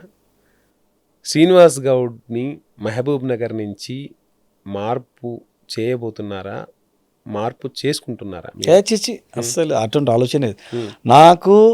ఫస్ట్ రాజకీయంలో కేసీఆర్ గారు ఆహ్వానించి మీరు రావాలి, తెలంగాణ గురించి నువ్వు కూడా 2 సార్లు జైలుకు పోయినావు, కమిషనర్ స్థాయిలో ఉండి కొట్లాడినావు, కుడి భుజం నాకు ఉన్నావు, నీలాంటి వాళ్ళు వ్యక్తులు నా వెంబడి లేకపోతే మరి ఎవరికప్ప చెప్తారా ఇది తెచ్చుకున్న తెలంగాణ, మీరందరూ ఉండాలి కదా అని చెప్పి అందరూ ఉద్యమకాల సమస్యలోనే వారు పిలిస్తే వారి కోరిక మేరకు అందరితో చర్చించి నేను జాయిన్ అయినా. నేను జాయిన్ అయిన తర్వాత ఆ రోజే కేసీఆర్ గారు ఫస్ట్ కుకట్పల్లి నుంచి నిలబడాలని అన్నాడు, తర్వాత ఉప్పల్ నుంచి నిలబడాలన్నాడు. నేను ఒకటే మాట చెప్పిన, సార్ తెలంగాణ నుంచి కొట్లాడినాం, నీ ఆధ్వర్యంలో మేము కష్టపడ్డాం, మీరు పార్టీ వైపున ఉంటే ఇక్కడ ప్రజా సంఘాలు, ఒక ఉద్యోగ సంఘాలే కాదు, మేము ఫస్ట్ ఉద్యోగ సంఘాలు స్టార్ట్ అయింది, ప్రజా సంఘాలు, కార్మిక సంఘాలు, ఉద్యోగ సంఘాలు అందరిని ఐక్యం చేసుకుంటా నడిపించినాం సార్. ఇవాళ నేను పట్టణంలో చేసిన, ఒక అధికారిగా చేసిన, ఒక నాయకులాగానే పనిచేసిన, కానీ నేను నా జిల్లాకు పోయి చేసుకుంటే బాగుంటుంది. నా జిల్లా చాలా కష్టాల్లో ఉంది, కరెంటు కష్టాలు, నీళ్ళ కష్టాలు, అసలు తాగడానికి నీళ్ళు వేస్తారు మహబూబ్నగర్లో, మా ఊర్లో అంత దరిద్రంగా ఉందని చెప్పిన. ఆడ పోతే చాలా కష్టపడాల్సి, ఇన్ని రోజులు కష్టపడ్డావు కదా, ఇంకా ఈడ ఉండు. ఒక మాట అన్నారు కేటీఆర్ గారు కూడా, పీజీఆర్ చనిపోయింది లేరు, కార్మిక సంఘాలకు, ఉద్యోగ సంఘాలు ప్రధానికి ఇక్కడ చాలా మనకు గ్యాప్ ఉంది, ఇక్కడనే ఉండాలని చెప్పారు. ఈవెన్ బీఫామ్ ఇచ్చేటప్పుడు కూడా నన్ను పైకి తీసుకెళ్ళి కేటీఆర్ గారు, నాన్న చెప్తుడు హైదరాబాద్ ఉంటే చాలా నాన్నకు దగ్గర ఉంటావు, మళ్ళీ జిల్లాకు పోతే అక్కడనే పోవాల్సి వస్తుంది అని అన్నాడు. ఆ రోజు చెప్పిన, మా జిల్లాను బాగు చేసుకోవాలి, అక్కడ చేస్తే చిరస్థాయిగా నాకు తృప్తి ఉంటుంది, ఆ కష్టాలు ఎందుకంటే చూసినారా? పల్లెటూర్లలో బస్సులో ఎక్కి బొంబాయి పోతుంటే ఏడ్చుకుంటా ఉన్న వాళ్ళని చూసిన మా ఊర్లో. కరెంటు కాడ కొట్లాడిన నీళ్ళ కాడ కొట్లాడుకొని నెత్తులు వలగొట్టుకుని చూసిన. మరి నీళ్ళు ఉన్నాయి, అన్నీ ఉన్నాయి, అక్కడ ఏదైనా చేసుకోవాలి, ఆడ పోతేనే నా జీవితం ధన్యమైతే ఆడ పని చేసుకోవాలని చెప్పి మా అమ్మ నాన్న అడిగి కష్టాలు పడతా అమ్మా, ఎన్ని కష్టాలైనా పడతా, మీకు పేరు తెస్తా అని చెప్పి, జిల్లాకు పేరు తెస్తా అని చెప్పి అక్కడ పోయినా. ఇవాళ ప్రాజెక్టులు ఇంకా అసంపూర్తిగా ఉన్నాయి, ఇండస్ట్రీస్ ఇంకా కంప్లీట్ కాలేదు, సూపర్ స్పెషాలిటీ హాస్పిటల్ ఇంకా కంప్లీట్ కాలేదు, మణికొండ రోపే ఉంది, ఇంకా చాలా ఉన్నాయి. అన్ని మైనార్టీ స్కూళ్ళు 120 కోట్లతో 6 స్కూళ్ళు ఉన్నాయి, బీసీ ఎస్సీ ఎస్టీ గురుకులాలు ఉన్నాయి. ముఖ్యంగా రైతాంగానికి పూర్తిగా నీళ్ళు తెచ్చే దానికి కొట్లాడాలా. పైన కర్ణాటకలో అన్ని ప్రాజెక్టులు కడుతున్నారు, అవి కడితే మాకు పాలమూరు రంగారెడ్డి జిల్లా ప్రాజెక్టు కూడా నీళ్ళు రావు, తాగడానికి కూడా నీళ్ళు దొరకవు. దాని మీద కొట్లాడేది ఉంది, సమరం చేయాల్సి ఉంది, యుద్ధం చేయాల్సి ఉంది. కనుక ఇవన్నీ ఉన్నాయి. కనుక నేను మహబూబ్నగర్ వదిలిపెట్టి రాను. నాకు జిల్లానే నాకు ఊపిరి. మా పార్టీలో మా నాయకులకు నాకు ఉన్నటువంటి సంబంధం ఒక కుటుంబంలో వాళ్ళ కుటుంబ సభ్యులకు నాకు సంబంధం. అది నేను అడిగింది వాళ్ళు ఏం కాదన్నారు. రైట్. నాకు ఆ రైట్ ఉంది. తెలంగాణ ఉద్యమంలో వారితో పాటు ఉన్నా కనుక నాకు ఒక కుటుంబ సభ్యులు నాకు ఉంది. నాకు అట్లా ఉండదు. అట్లా బయట అనుకుంటే ఎవడో పిచ్చోడో పిచ్చి వాళ్ళకు హాఫ్ నాలెడ్జ్ కాలేదు అనుకుంటారు. కానీ నేను జిల్లాలోనే ఉంటా, మా జిల్లాలో అందరినీ సమన్వయం చేస్తా, పాత ప్రాజెక్టులు పెండింగ్ ప్రాజెక్టులు అన్నీ కంప్లీట్ చేసుకుంటా, చిరస్థాయిగా మా జిల్లాలో చిరస్థాయిగా పేరు ఉంటట్టు చేస్తా. అంతే తప్ప నేను అక్కడ నుంచి పోయేలేదు, నన్ను పంపేయడంట లేదంత లేదు, అటువంటి లేదు, అసలు క్వశ్చన్ లేదు. ఎవడో అవలేగాడు, దద్దమ్మగాడు, తెలివి తక్కువడు, ఏమనుకో ఏపీ దానిలోనో ఇట్లా ఏపీసీ సోషల్ మీడియాలో ఏపీసీ అది చేస్తే గట్టుంటా. అదే పాలమూరులో అంటూ మహబూబ్ నగర్లో శ్రీనివాస్ గౌడ్ ఓటమికి కారణం శ్రీనివాస్ గౌడ్ కాదు, శ్రీనివాస్ గౌడ్ అత్యంత సన్నిహితుడు, అతని వల్లే శ్రీనివాస్ గౌడ్ ఓటమి చెందారు అని టాక్ వినిపిస్తోంది. నిజమేనా? తప్పది, ఉట్టి తప్పది. అది ఒక ఫులిష్నెస్ వాడు. కానీ మీ దాకా వచ్చిందా?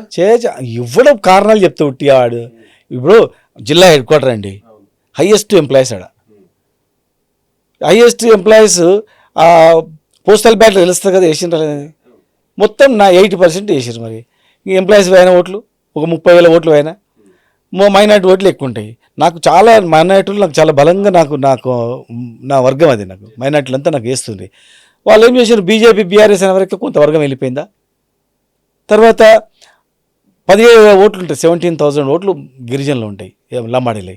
మీకు దళిత బంధు రాలేదు అది అని చెప్పి అది పోయినా, నువ్వు ఎంప్లాయీస్ పోయి గిరిజనులు పోయి, నేను దళిత బంధు కూడా చాలామందికి ఇచ్చిన, ఊర్లలో పోయి మీకు రాలేదు, మీకు వచ్చినాయి, మీకు రావు అని అంటారు. వాళ్ళు కోపం పెట్టుకుంటే 18,000తో కదా ఓటమి, 9,000 వస్తే గెలిచేటోని నేను. ఇవాళ నువ్వు ఇన్ని వర్గాలు, అన్ని కులాలు, ఒక మైనార్టీలే కాదు, ఒక దళితులే కాదు, బీసీలు, అన్ని వర్గాలల్లో చిచ్చు పెట్టే వరకు ఏమైపోయింది, జిల్లా హెడ్ క్వార్టర్ కనుక హైయెస్ట్ వాళ్ళు ఉంటారు. నాకు వేసే ఓట్లు మైనార్టీలు వేసినారు, బీసీలు వేసినారు. కానీ వేసే వాళ్ళు ఏమైపోయిందంటే ఈ ఆశల వల్ల వెళ్ళిపోయారు, ఎంప్లాయీస్ వెళ్ళిపోయిన ఏకంగా వన్ వే గుద్దటోళ్ళు కన్ఫ్యూజన్లో పోయినాయి. అయినా కూడా ఇప్పుడు హెడ్ క్వార్టర్లో హైయెస్ట్ ప్రభుత్వానికి రాష్ట్ర వ్యాప్తంగా వ్యతిరేక వర్గాలు ఏవేవి ఉన్నాయో ఆ 4-5 వర్గాలు హైయెస్ట్ పాపులేషన్ నా జిల్లా హెడ్ క్వార్టర్ అయిపోయింది. నా జిల్లా హెడ్ క్వార్టర్ కాకుండా వేరే కాన్స్టిట్యూన్సీ అయినా కూడా బయట పెట్టాడు నేను అనమాట. జిల్లా హెడ్ క్వార్టర్లో మెజార్టీలు ఉన్నారు కనుక స్టూడెంట్స్ కూడా ఉంటారు ఎక్కువ. 2 నెలల్లో ఉద్యోగాలు ఇస్తే వరకు వాళ్ళు కూడా సరే ఒకసారి పోయి అంతే తప్ప ఒక ప్రొపగాండా వల్ల, సోషల్ మీడియా వల్ల వాళ్ళు వేసే అబద్ధ హామీలమైన పోయింది తప్ప వేరే ఏం లేదు. మార్పు అనేది ఉండనే ఉండదు, కాన్స్టిట్యున్సీ మార్పు అనేది ఉండదు. మాకు రైట్ అక్కడ, మాకు కేసీఆర్ గారు అంటే మేము ఒక తండ్రిలా భావిస్తాం ఆయన్ని, ఉద్యమంలో అన్నలా భావించినాం, మాకు పెద్ద దిక్కు అయినా. ఇలా మాకు ఎందుకు ఉండదు చెప్పండి. ఇప్పుడు ఎవరో తెలంగాణ ఉద్యమం లేని వాళ్ళు, తెలంగాణ ఉద్యమంలో పాల్గొన్న వాళ్ళు, మధ్యలో వచ్చిన వాళ్ళు చాలామంది ఉంటారు. వాళ్ళని కాదని మనం తప్పించి వాళ్ళకి ఇచ్చేస్తారా? మాది ఫస్ట్ ప్రిఫరెన్స్ ఉంటుంది. పక్కా మహబూబ్ నగర్ నుంచే బరిలోకి దిగబోతున్నారు. ఖచ్చితంగా. రైట్. ఇక్కడ ఇంకొక అంశం మాట్లాడదాం. ఎన్టీఆర్ పాలన మీరు చూసుంటారు, మా లాంటి వాళ్ళని చూసుంటాం. కానీ చంద్రబాబు నాయుడు పాలన చూసుంటారు, రాజశేఖర రెడ్డి పాలన చూసుంటారు, కేసీఆర్ పాలన మేము చూసాం. అంటే కేసీఆర్ ఇంకా మనకన్నా ఒక 4-5 ముఖ్యమంత్రుల పాలన కూడా చూసుంటారు. ఇన్ని సంక్షేమ పథకాలు ప్రవేశపెట్టిన తర్వాత ప్రజలు బీఆర్ఎస్ని ఎందుకు వద్దనుకుంటారు అనే ఆలోచన పార్టీ అధినాయకత్వంలో కానీ మీలో కానీ ఉండిందా? అట్లా రాలే, ఎప్పుడు రాలే, డౌటే రాలేదు. ఇంకా చాలా చేస్తూ పోయినాం కదా. ఇప్పుడు మీ ప్రాపర్టీస్ ఉన్నాయి, సపోజ్ లక్షలలోనే కోట్లకి వెళ్ళిపోయినాయి. అవును, అదే అందుకే అడుగుతున్నా. మీ ఇంట్లో 5-6 మంది ఉంటారు, అందరికీ ఉపాధి దొరికే ఇక్కడ. అంత హైదరాబాద్ అంటే ఇమేజ్ పెరిగిపోయాయి, ఊర్లో ఇమేజ్ పెరిగిపోయాయి, ఊర్లో ఉన్న భూముల విలువ పెరిగిపోయాయి. ఈ ఊర్లో 50 ఎకరాలు ఇడిచిపెట్టి వచ్చేటో వెనకటి ఎవడు కొంటాడు లేడు, వదిలిపెట్టి వచ్చింటాం, మర్చిపోయేటో కూడా అది. లేదంటే ఓ 50 ఎకరాలు అమ్మి 5 ఎకరాలు మిలిగింటుంది అక్కడ. ఇప్పుడు పోతే నీకు 50 ఎకరాలకు కన్నా ఎక్కువ వాల్యూ వచ్చేసి నీకు మునిగిపోయినటువంటి తుక్కుడలు కూడా నీకు వాల్యూ పెరిగిపోయాయి. నీకు ఏం తక్కువైందని చెప్పు? ఎవరు అందుకే ఇన్ని సంక్షేమ పథకాలు. ఎన్టీ రామారావు గారు కూడా చాలా గొప్ప చేసిందండి అప్పుడు ఉన్న కాలంలో. ఎన్టీ రామారావు కూడా ఓడిపోయింది కదా, ఇందిరాగాంధీ కూడా ఓడిపోయింది కదా, అందరూ ఓడిపోతారు కదా, ఎవరైనా ఓడిపోతారు. ప్రజలు ఒక ఆలోచన ఇక్కడ కొత్త ఏమైనా చేస్తా అంటే నమ్ముతారు, నమ్మి మళ్ళా నమ్మరు, ఒకటేసారి నమ్ముతారు. మళ్ళీ చూడండి 20 ఏళ్ళు ఉంటుంది ఈ పార్టీ, కాంగ్రెస్ పార్టీ 20 సంవత్సరాలు మళ్ళీ ఇక్కడ మొలవదు. ఈ మాట మేము అంటలేము, కాంగ్రెస్ వాళ్ళు అంటారు, బీజేపీలు కూడా అంటారు. ఏమైనా మళ్ళీ బీజేపీ మీ దానికి వాళ్ళు ఇస్తారంటే లేదు, వాళ్ళని రానియం. ఇప్పుడే కాంగ్రెస్లో ఉండి వాళ్ళు 20 సంవత్సరాలు భూస్థాపితం అయిపోయింది, మా పార్టీలకు ఎందుకు రానిస్తాం, ఎవరు రానియమంటారు. అట్లా ఈ జాతీయ పార్టీలు ఏవి కూడా ఈ రాష్ట్రంలో నడవదు. జాతీయ పార్టీలకు అనేక రాష్ట్రాల్లో వాళ్ళ రాష్ట్రాల పరిపాలించే రాష్ట్రాలు ఉంటాయి. తెలంగాణకు కొత్త ఎక్కువ చేస్తే ఆ రాష్ట్రంలో కూడా డిమాండ్ ఉంటుంది. ఆ రాష్ట్రంలో డిమాండ్ ఉన్నప్పుడు వాళ్ళు కూడా ఈడ రైతు బంధు వీళ్ళకి ఇవ్వండి, కరెంటు వీళ్ళకి ఇవ్వండి. అంటే భారతీయ జనతా పార్టీ తెలంగాణలో స్థానం లేదా? వచ్చేది అధికారంలోకి వచ్చేది మేమే, పశ్చిమ బెంగాల్ తర్వాత తెలంగాణలో అధికారంలోకి మేమే రాబోతున్నామని అమిత్ షానే చెప్తున్నారు. దేశంలో అన్ని రాష్ట్రాలు వేరండి వంశీ గారు, తెలంగాణ రాష్ట్రం వేరు. స్వాతంత్రం వచ్చిన తర్వాత 13 నెలలకు ఈ దేశానికి, ఈ తెలంగాణ దేశం, ఇది తెలంగాణ అనేది ఒక దేశం. 13 దేశాలలో రాయబార కార్యాలయాలు ఉండేటివి, 13 దేశాల్లో. అప్పట్లో సపరేట్ కరెన్సీ, సపరేట్ రైల్వే వ్యవస్థ, సపరేట్ విమానాశ్రయాలు. విన్నావా? ఇదొక దేశం. స్వాతంత్రం వచ్చిన తర్వాత కూడా సుప్రీంకోర్టులో ఒక ఆయన కేసు వేస్తే మీరు ఇండియాలో భాగమే కాదు, మీరు చేసుకోపోండి, మీరు తెలుసుకోపోండి అని చెప్పి పంపిన సందర్భం. ఇక్కడ ఒక చరిత్రనే. బూట్ల కాడ చిన్న ఇట్లా పెట్టుకునేటువంటి డైమండ్ కూడా ఇలా కోహినూర్ వజ్రం కొన్ని 1000 కోట్లు చిన్నగా ఏదో షోకేస్లో పెట్టేది. అట్లా ఇది ఖనిజ సంపద, ఒక కల్చర్, ఫుడ్ కల్చరు, ఒక వ్యక్తిత్వము, సంపన్న. వరల్డ్లో, ప్రపంచంలో అత్యంత సంపన్నుడు ఈ దేశం రాజు. విన్నావా? అన్నీ ఉన్నాయి. దీనికి అందరు నమ్మినట్లు ఎవరు నమ్మడు. ఇట్లా అందరి చేసినట్లు ఉండదు ఇక్కడ ఈ ప్రాంత ప్రజలు డిఫరెంట్. ఒకసారి నమ్మిండ్రు, జాతీయ పార్టీలకి ఇక్కడ స్థానం ఉండదు. ఎందుకంటే ఒక కులం మతం మీద నడిపిస్తా అంటే ఇక్కడ ఎవడు ఒప్పుకోడు. మేము బతికేది వ్యవసాయం మీద, బతుకుదెరువు మీద. ఎవడొస్తే బతుకుదెరువుని ఆలోచన చేస్తారు. 10 సంవత్సరాలు చూసిండు, మళ్ళీ ఒకసారి ప్రయోగం చేసుకొని పోతే నాశనం అయిపోతాం రా, ఎందుకు కొత్త ప్రయోగం చేయాలి? ఏమైనా కర్ణాటకలో బీజేపీ ఉండే ఏమైనా వేసిందా? ఏమైనా బాగుపడ్డదా కర్ణాటక? ఇంకా పక్కల మహారాష్ట్రలో కూడా బీజేపీ ఉండే ఏమైనా బాగుపడ్డదా? రైతులు బాగుపడ్డరా? ఎవడు బాగుపడలే. తెలంగాణలో బాగుపడ్డాం, 10 సంవత్సరాలు మంచిగా అయినాం, 5 సంవత్సరాలు నమ్మి నష్టపోయినాం. మళ్ళీ కొత్తనికి నమ్మి గొంతు కోసుకోవాల్సిన పని లేదు. అవకాశం ఈ ప్రాంతంలో అట్లుండదు. అట్లా అయితే శ్రీనివాస్ గౌడ్ మీద ఆరోపణలు, భూ కబ్జా ఆరోపణలు ఎందుకు వచ్చాయి అసలు? చెప్తున్నా కదా, రకరకాలుగా ఎట్లయితే ప్రచారం ఒక్కొక్క వ్యక్తిని ఈ రాష్ట్రంలో ప్రతి జిల్లాలో బలమైన నాయకత్వం మీద ఒక్కొక్క వ్యక్తిని టార్గెట్ చేస్తూ కొందరు వ్యక్తులను ముందర నిలబెట్టి వెనకాల నుంచి కొంతమంది బ్యాక్గ్రౌండ్లో ఉండి ఒక క్యారెక్టర్ అసాసిన్ చేసినమాట. బుక్ కబ్జాలు చేస్తే మరి 3 ఏళ్ళు లేదు కదా, ఏం బీకిరు మరి? ఏమైనా గడ్డి వీకినరా, ఇంటికి వీకినరా? 3 ఏళ్లలో మన కేసులు పెట్టాలి, జైల్లో పెట్టాలి, ప్రపంచం చూపించాలి కదా. ఇవాళ మేము చెప్తాం 3 ఏళ్లలో ఎన్ని కబ్జాలు అవుతున్నాయి, 3 ఏళ్లలో ఎంతమంది దౌర్జన్యాలు జరుగుతున్నాయి, 3 ఏళ్లలో ఎంతమంది నష్టపోయారు, 1000 మంది నష్టపోయారు మేము చెప్తాం. 3 ఏళ్లలో మేము ఛాలెంజ్ చేస్తూ వచ్చినాం కదా. వాళ్ళ అబద్ధ ప్రచారాలు ఎక్కడ లేదు, నాకు సింగిల్ లేదు. ఎట్లా కబ్జా చేస్తామండి? ఎట్లా? అన్నదమ్ములు కూడా గాల్లో ఇట్లా జరిగితే కొట్టుకొని దెత్తులు వల్లగొట్టుకుంటారు. జరిగితే ఎవడ నూకుంటాడు కబ్జా చేస్తే. గవర్నమెంట్కి ల్యాండ్ కబ్జా చేస్తే ఇప్పుడు కేసులు పెడతారు, ప్రైవేట్ వాళ్ళది కబ్జా చేస్తే చేస్తారు. మేము ప్రతి నియోజకవర్గంలో ఇవాళ చెప్తాము. అటు కుప్పలు హైదరాబాద్లో మంత్రులే కబ్జాలు చేసుకుంటున్నారు. హైదరాబాద్లో మొత్తం ఓపర్ ఇట్లా దుకాణం పెట్టుకొని రెవెన్యూ మినిస్టర్ నుంచి 2-3 మంత్రులు అందరు కూడా 2-3 మంత్రులు ఏరియాలో ఆఫీసులు పెట్టుకొని రాండి వీళ్ళు 1 కోటి ఎకరాల ల్యాండ్ను ప్రొబిషన్ పెట్టింది. ఇప్పుడు 1 కోటి ఎకరాలు పెట్టి ఎవరైనా అమ్ముకోవడానికి పోతే కొంతమంది కలెక్టర్లు కూడా ఆయనతో చెప్పియండి, మంత్రితో చెప్పియండి, నేను క్లియర్ చేస్తా. మంత్రి దగ్గరకు పోతున్నారు, పోతే 30% ఇస్తావా 30% ఇస్తావా అని చెప్పి లేదంటే కోట్లు 100 కోట్లు ఇస్తాం. సో వీటిపై రేపు ఎలా దర్యాప్తు కబ్జాలు జరుగుతుందా? చేసేది గవర్నమెంట్ కాంగ్రెస్ గవర్నమెంట్ మంత్రులు. గవర్నమెంట్ వచ్చాక రేపు దర్యాప్తు చేస్తారా బాజాప్తగా? హైదరాబాద్లో ఎవడైతే నష్టపోయిండో ఖచ్చితంగా వాళ్ళకి లాభం చేస్తాం. వాడు ఎవడైనా సరే నష్టపోయిన ఖచ్చితంగా లాభం చేస్తాం, గ్యారెంటీగా. కవిత గురించి మాట్లాడదాం. సో ఎందుకు సార్? ఎందుకు పార్టీలోంచి బయటకు వెళ్ళిపోయారు? ఆమె వ్యక్తిగతం, ఇలా ఒక్కొక్కరికి ఒక వ్యక్తిగతంగా ఉంటాయి కొన్ని అభిప్రాయాలు. ఆమె ఏ రకంగా ఆలోచన చేసిందో, ఏ రకంగా నేను ఇక్కడ ఉంటే కాలేను, బయటకు పోతే కావచ్చు అనుకున్నదో. సరే, ఆమె ముఖ్యమంత్రి కావాలనుకున్నది చెప్తుంది కదా, ఇక్కడ ఉంటే కాలేను, నేను చూద్దాం, ప్రయత్నం చేస్తాం, చేయొచ్చు. ఆమె వ్యక్తిగతంగా ఆమె ప్రతి వ్యక్తికి కొన్ని ఉంటాయి. ఆమె ఏది ఆలోచన చేస్తుందో పోయింది, దాని మీద ఎందుకు?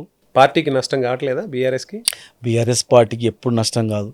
కేసీఆర్ అనే వ్యక్తి బీఆర్ఎస్ పార్టీకి శ్రీరామ రక్ష. ఖచ్చితంగా కేసీఆర్ గారు మళ్ళా ముఖ్యమంత్రి కావాలి, ప్రజల కోరిక, అన్ని ప్రాంతాల వారి కోరిక. నువ్వు ఎక్కడైనా అమెరికాలో అడుగు, ఆంధ్రలో అడుగు, ఏం చెప్తారు? ఓవైపు టీఆర్ఎస్లోని బీఆర్ఎస్లోని కార్యకర్తలు కావచ్చు, బీఆర్ఎస్లో ఉన్న నాయకులు కావచ్చు, బీఆర్ఎస్లో ఉన్న మాజీ మంత్రులు కావచ్చు, మనం టీఆర్ఎస్ అనే పేరుని తెచ్చుకుందాము, మనకు అది సెంటిమెంటు, అప్పుడు మనం విజయాలను చవి చూసామని అనుకుంటున్న తరుణంలో కవిత పార్టీ పెట్టడం, పార్టీ పేరు టీఆర్ఎస్ అని కవిత ఓన్ చేసుకోవటం ఎలా చూస్తుంది బీఆర్ఎస్ క్యాడర్? అట్లా ఏం లేదు.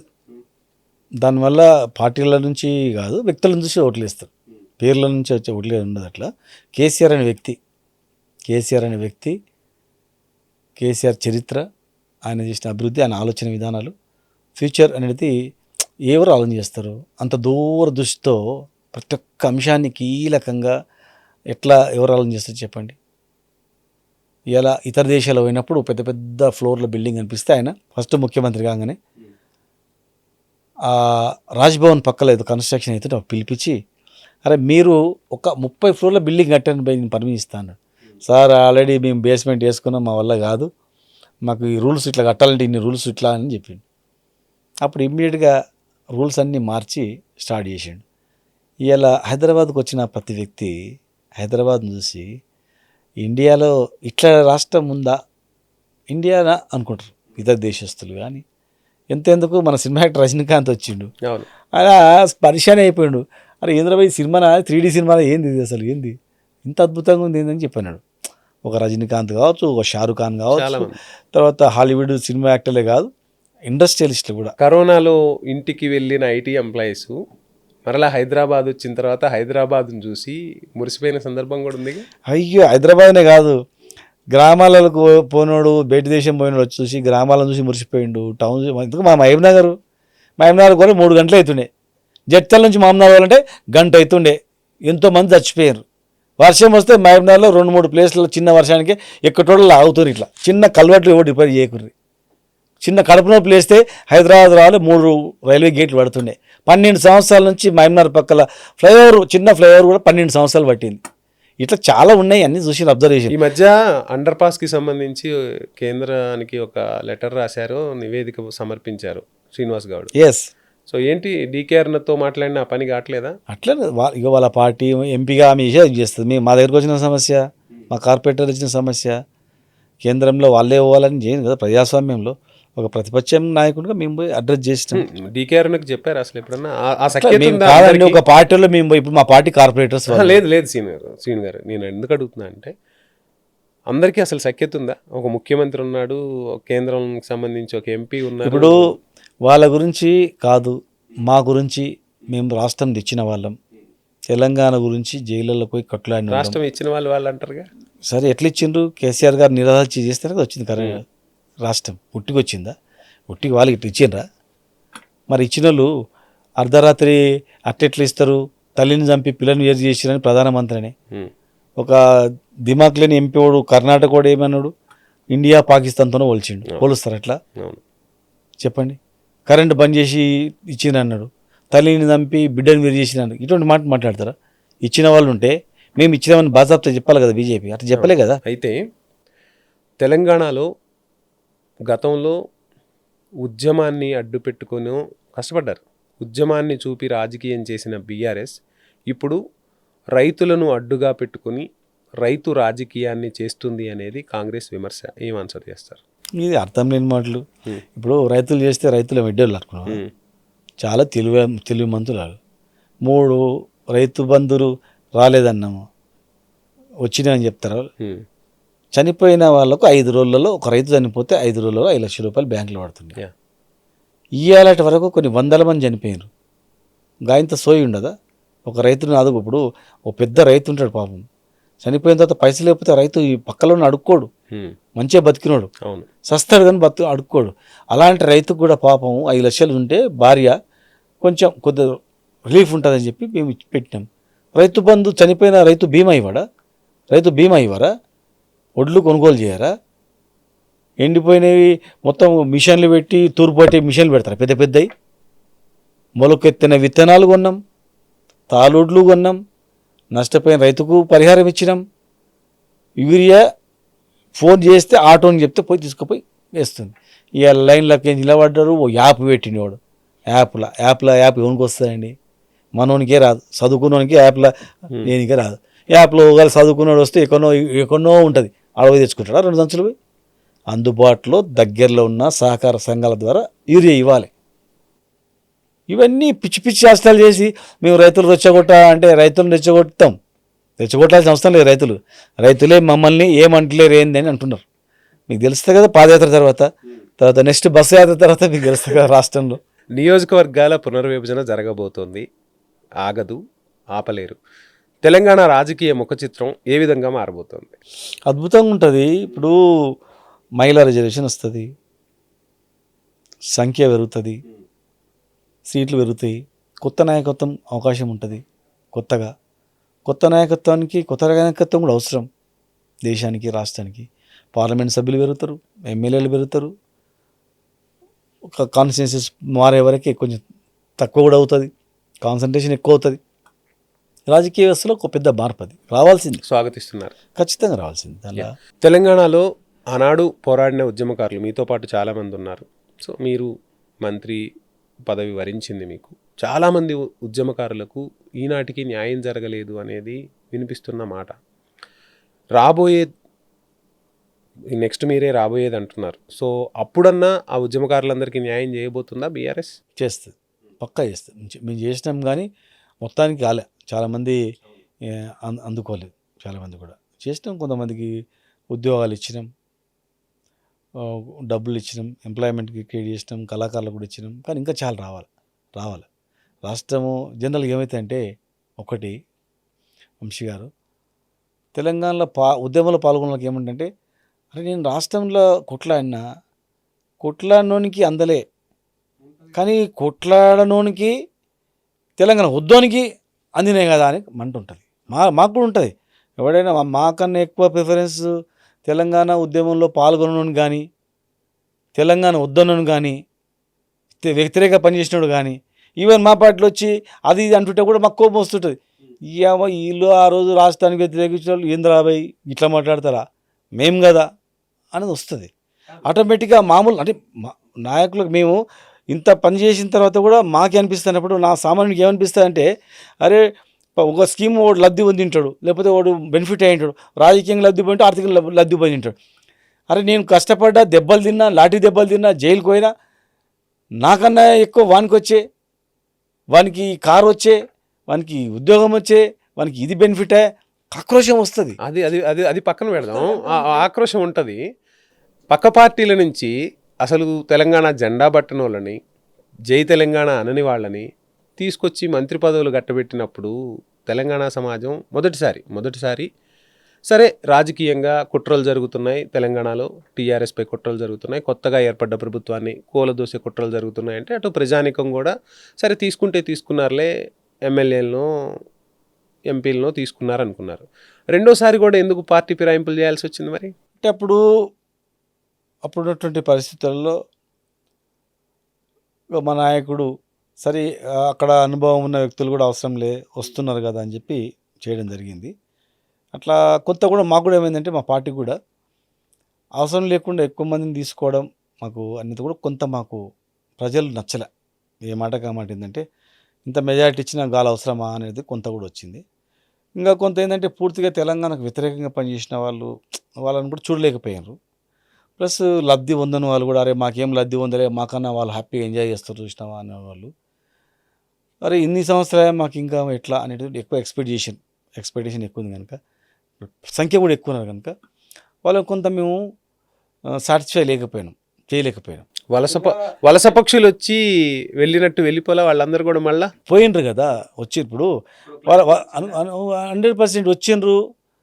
అందరికన్నా ఎక్కువ ప్రిఫరెన్స్ ఇచ్చిన సరే వీళ్ళ అనుభవాలు అవసరం పడతాయని అనుకున్నాం, భావించినాం. కానీ వాళ్ళ అవసరాలు అనుభవం పని అనుకున్నాం, వాళ్ళు మాత్రం అన్ని పనులు చేసుకున్నారు, అత్యధికంగా అన్ని రకాలుగా చేసుకున్నారు, ఆర్థికంగా ఫుల్ లాభపడ్డరు, కోట్లలోకి సంపాదించుకున్నారు, మంచి పని చేసినట్లు యాక్షన్ చేసిండ్రు, అసలు టైంలో విడిచిపెట్టిపోయింది.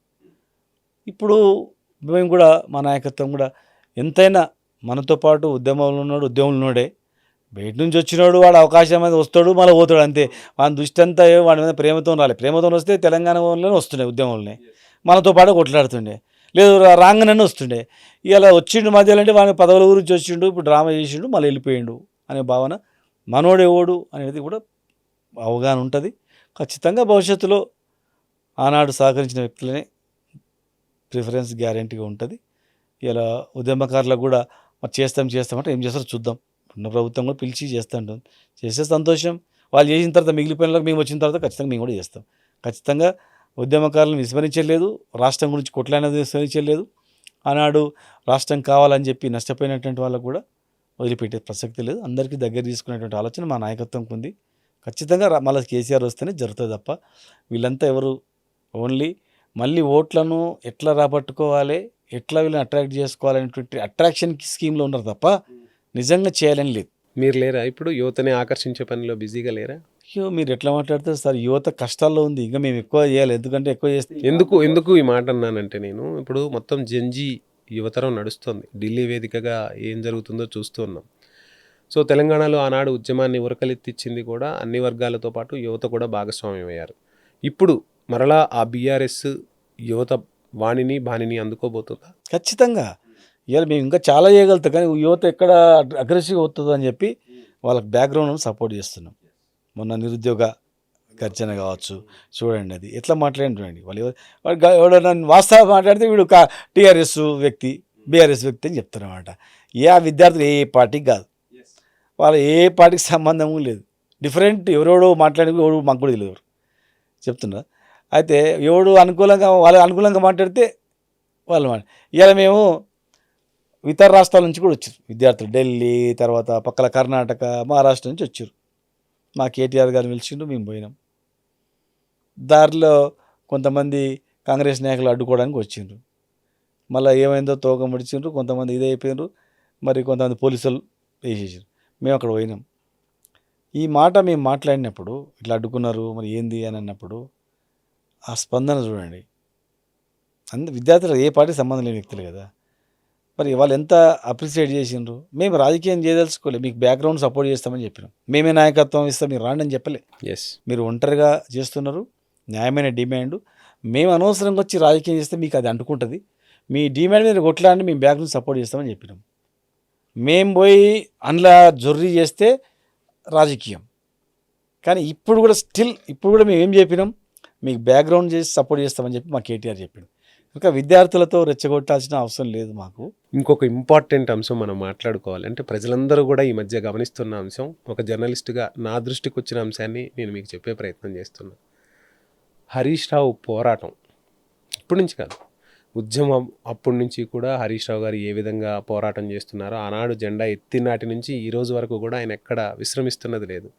బీఆర్ఎస్ పార్టీ అసలు హరీష్ రావుని ఎలా చూస్తుంది అసలు? నేను ఎందుకు అడిగాను అంటే, ఆయన ఒక ట్రబుల్ షూటర్ మీ పార్టీకి.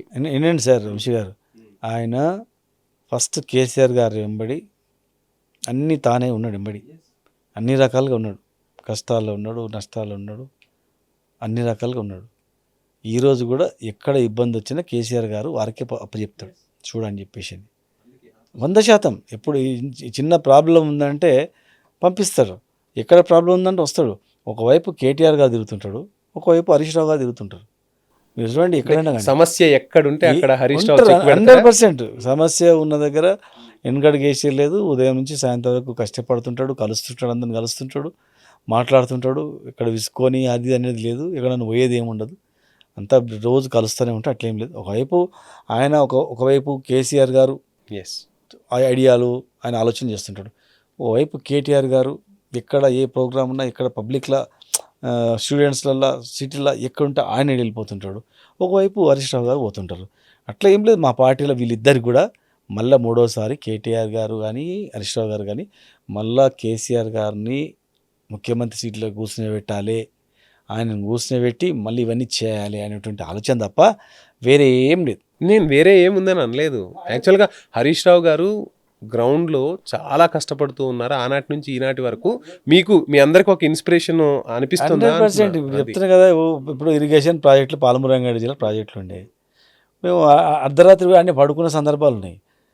గంటలు ఉదయం 10 గంటలకు రివ్యూ స్టార్ట్ చేస్తే 1 గంట వరకు 2-3 గంటలు పడుకున్నటువంటి రివ్యూ చేసుకునే సందర్భాలు కూడా ఉన్నాయి. అవన్నీ ప్రాజెక్టులన్నీ కూడా త్వరతగా అయినవంటే రెయిన్బోలు కష్టపడ్డది కదా. ఎందుకంటే ఆయన తన సొంత నియోజకవర్గాన్ని వదిలిపెట్టి ఎలక్షన్స్ టైంలో కూడా మిగతా నియోజకవర్గాలన్నీ కవర్ చేస్తూ ఉంటారు.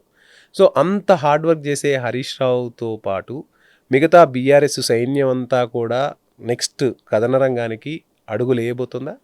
ఖచ్చితంగా మిమ్మల్ని వీళ్ళని ఉద్యమంలో ఉన్నప్పుడు ఏంటంటే మాకు డైరెక్ట్గా కేసీఆర్ గారు మాకు డైరెక్ట్ లింక్ ఉండి ఏది ఉన్నా కూడా సిద్దిపేట సభ ఇష్యూ కావచ్చు, వరంగల్ సభది కావచ్చు, సాగరహారం సాయనీకరణ సంసద్ యాత్ర సడక్ బంద్ ఇవన్నీ ఏదైనా మిలియన్ ఏది ఉన్నా కూడా డైరెక్ట్గా సార్తోనే మేము మాట్లాడుకొని చేస్తుంటాం.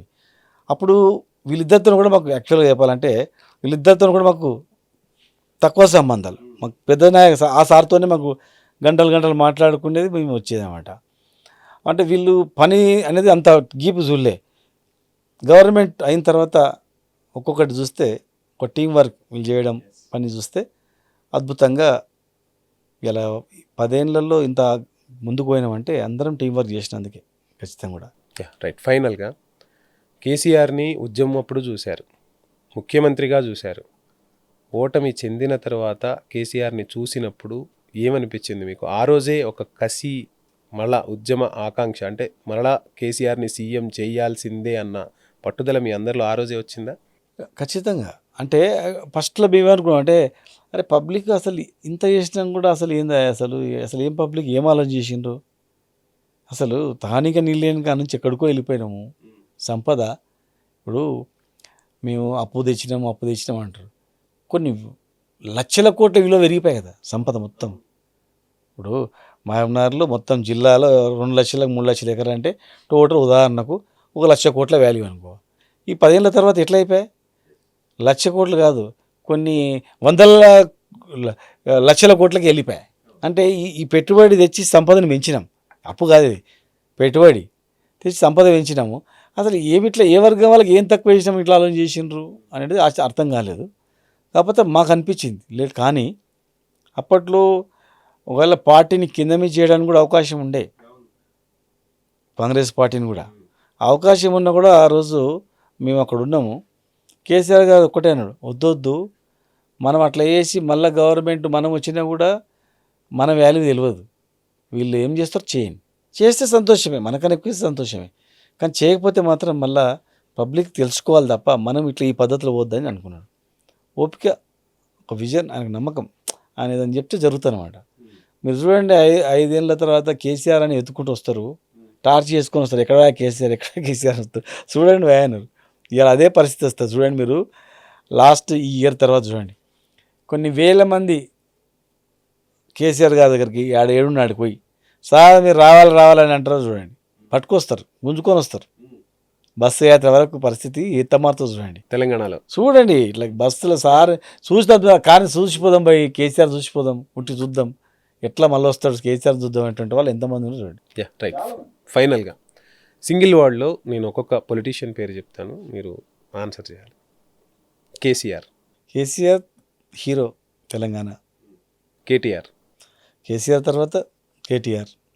హరీష్ రావు గురించి ఏం చెప్తారు? హరీష్ రావు ఆయన వాళ్ళు ముగ్గురు, కేటీఆర్ తర్వాత హరీష్ రావు వాళ్ళే కదా పార్టీలో ప్రముఖ పాత్ర పోషించేది. కేసీఆర్ తర్వాత కేటీఆర్, హరీష్ రావు గారు. చంద్రబాబు నాయుడు అంటే ఏం చెప్తారు?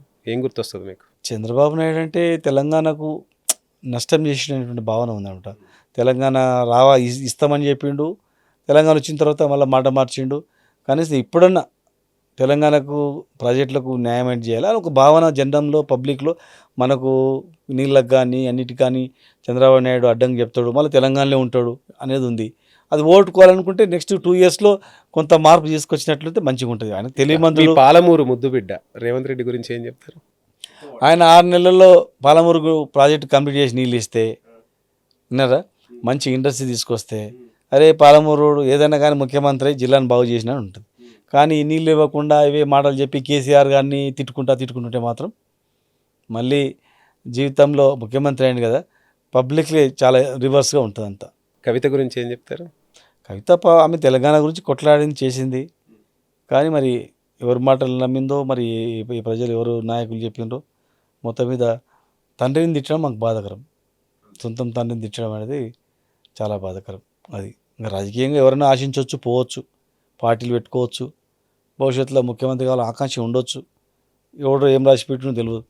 కానీ తండ్రిని తిట్టడం అనేది బాధాకరం. శ్రీనివాస్ గౌడ్ ఏం చేయబోతున్నాడు ఇక తెలంగాణ కోసం, కేసీఆర్ కోసం? ఫైనల్గా కేసీఆర్ కోసం కేసీఆర్ గారికి అత్యంత నమ్మకంగా ఉద్యమంలో ఎట్లయితే సార్కు ఉండనో ఆయనకు ప్రతి అణువణువున ఆయనకు అదే రకంగా ఉంటా. మా జిల్లాను అన్ని జిల్లాల కన్నా టాప్గా నిలబెట్టాలి.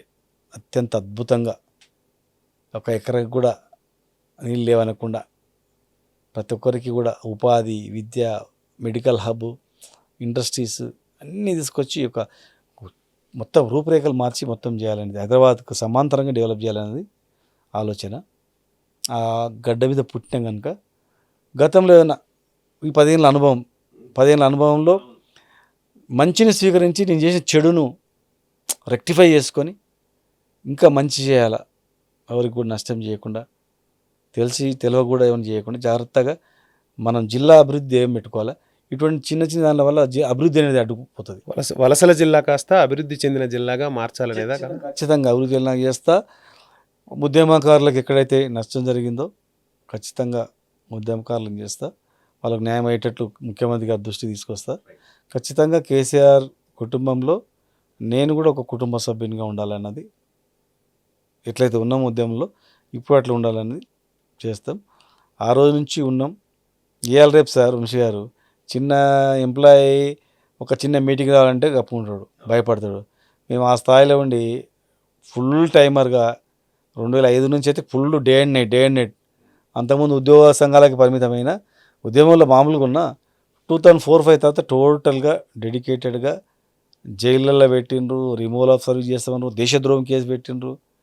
అది ఆనాడు ఉన్న వాళ్ళకి తెలుస్తుంది, చూసిన వాళ్ళకి తెలుస్తుంది ఆ పరిస్థితులలో. ఇక ఎవడో మస్తు మాట్లాడతారు, అవన్నీ లేదు. ఖచ్చితంగా మేము మాకుండేది ఉంటుంది, మేము చేసేది చేస్తాం. రాజకీయ ప్రయోజనాల గురించి మేము రాలేదు. తెలంగాణ వస్తా అనుకున్నామా సార్? తెలంగాణ రాదు. మా నాన్న కూడా 69 ఉద్యమకారుడు, మా నాన్న కొట్లాడిండు, నేను కూడా వచ్చేంత వరకు కొట్లాడుదాం అనుకున్నాం. అదృష్టానికి వచ్చింది, అదృష్టానికి కేసీఆర్ గారు ముఖ్యమంత్రి అయ్యిండు, అదృష్టానికి ఆయన నాయకత్వంలో ఆహ్వానించిండు, పోయినాం. 10 ఏళ్ళు మచ్చ లేకుండా పనిచేసినాం, 6 శాఖలు ఇచ్చిన చిన్న మచ్చ లేకుండా పనిచేసినాం. ఫ్యూచర్లో కూడా అంతకన్నా బ్రహ్మాండంగా పనిచేస్తాం. హైదరాబాద్ యువత నీరా మిస్ అవుతుంది, మళ్ళీ రాబోతుందా బీఆర్ఎస్ గవర్నమెంట్? వస్తుంది గ్యారెంటీకి. మేము తెచ్చిన నీరా అన్ని జిల్లాలో పెడదాం అనుకున్నాం. షాంపిల్ నీరా కేంద్రం కూడా పెట్టినాం. కిలోమీటర్ల కొద్ది లైన్లు ఉంటుండే, ఇలా నీరా లేదు, లైన్ లేదు, మూత పడ్డది, ఎక్కడ పోయిందో తెలుస్తలేదు. ఇంకా అది చెప్పుకుంటూ 100 ఉన్నాయి. మళ్ళీ తీసుకొస్తారు. ఖచ్చితంగా నీర తెస్తాము, అన్ని కుల వృత్తులకు పూర్వవైభవం తీసుకొస్తాము. తెలంగాణ జాతిని, తెలంగాణ సంపదను ఖచ్చితంగా శాశ్వతంగా ఉండేటట్టు చేస్తాం. మా లక్ష్యం రాష్ట్రం అభివృద్ధి, మా లక్ష్యం మళ్ళీ కేసీఆర్ గారు 3వసారి ముఖ్యమంత్రి కావడమే మా లక్ష్యం. అధికారంలో ఏ పార్టీ ఉన్నా రాష్ట్రం అభివృద్ధి చెందాలి, పోరాడి సాధించుకున్న తెలంగాణ ప్రపంచానికే ఆదర్శం అవ్వాలనేది ఐన్యూస్ కూడా కోరుకుంటుంది. అదేవిధంగా ఏవైతే ఆకాంక్షలు ఉన్నాయో, పాలమూరు రంగారెడ్డి ప్రజల ఆకాంక్షలు ఏవైతే ఉన్నాయో, ఎందుకు అంటే పాలమూరు రంగారెడ్డి ప్రజల గోసలను ఎన్నోసార్లు మనం కథనాలు ప్రసారం చేసాం. ఆ గోసలు పోయి అక్కడ నవ్వుల పువ్వులు పుయ్యాలని ఐన్యూస్ కూడా మనస్ఫూర్తిగా కోరుకుంటుంది. ఇది ఇవాల్టి ఐ కౌంటర్. మరో అంశంతో మళ్ళీ కలుద్దాం. Stay tune.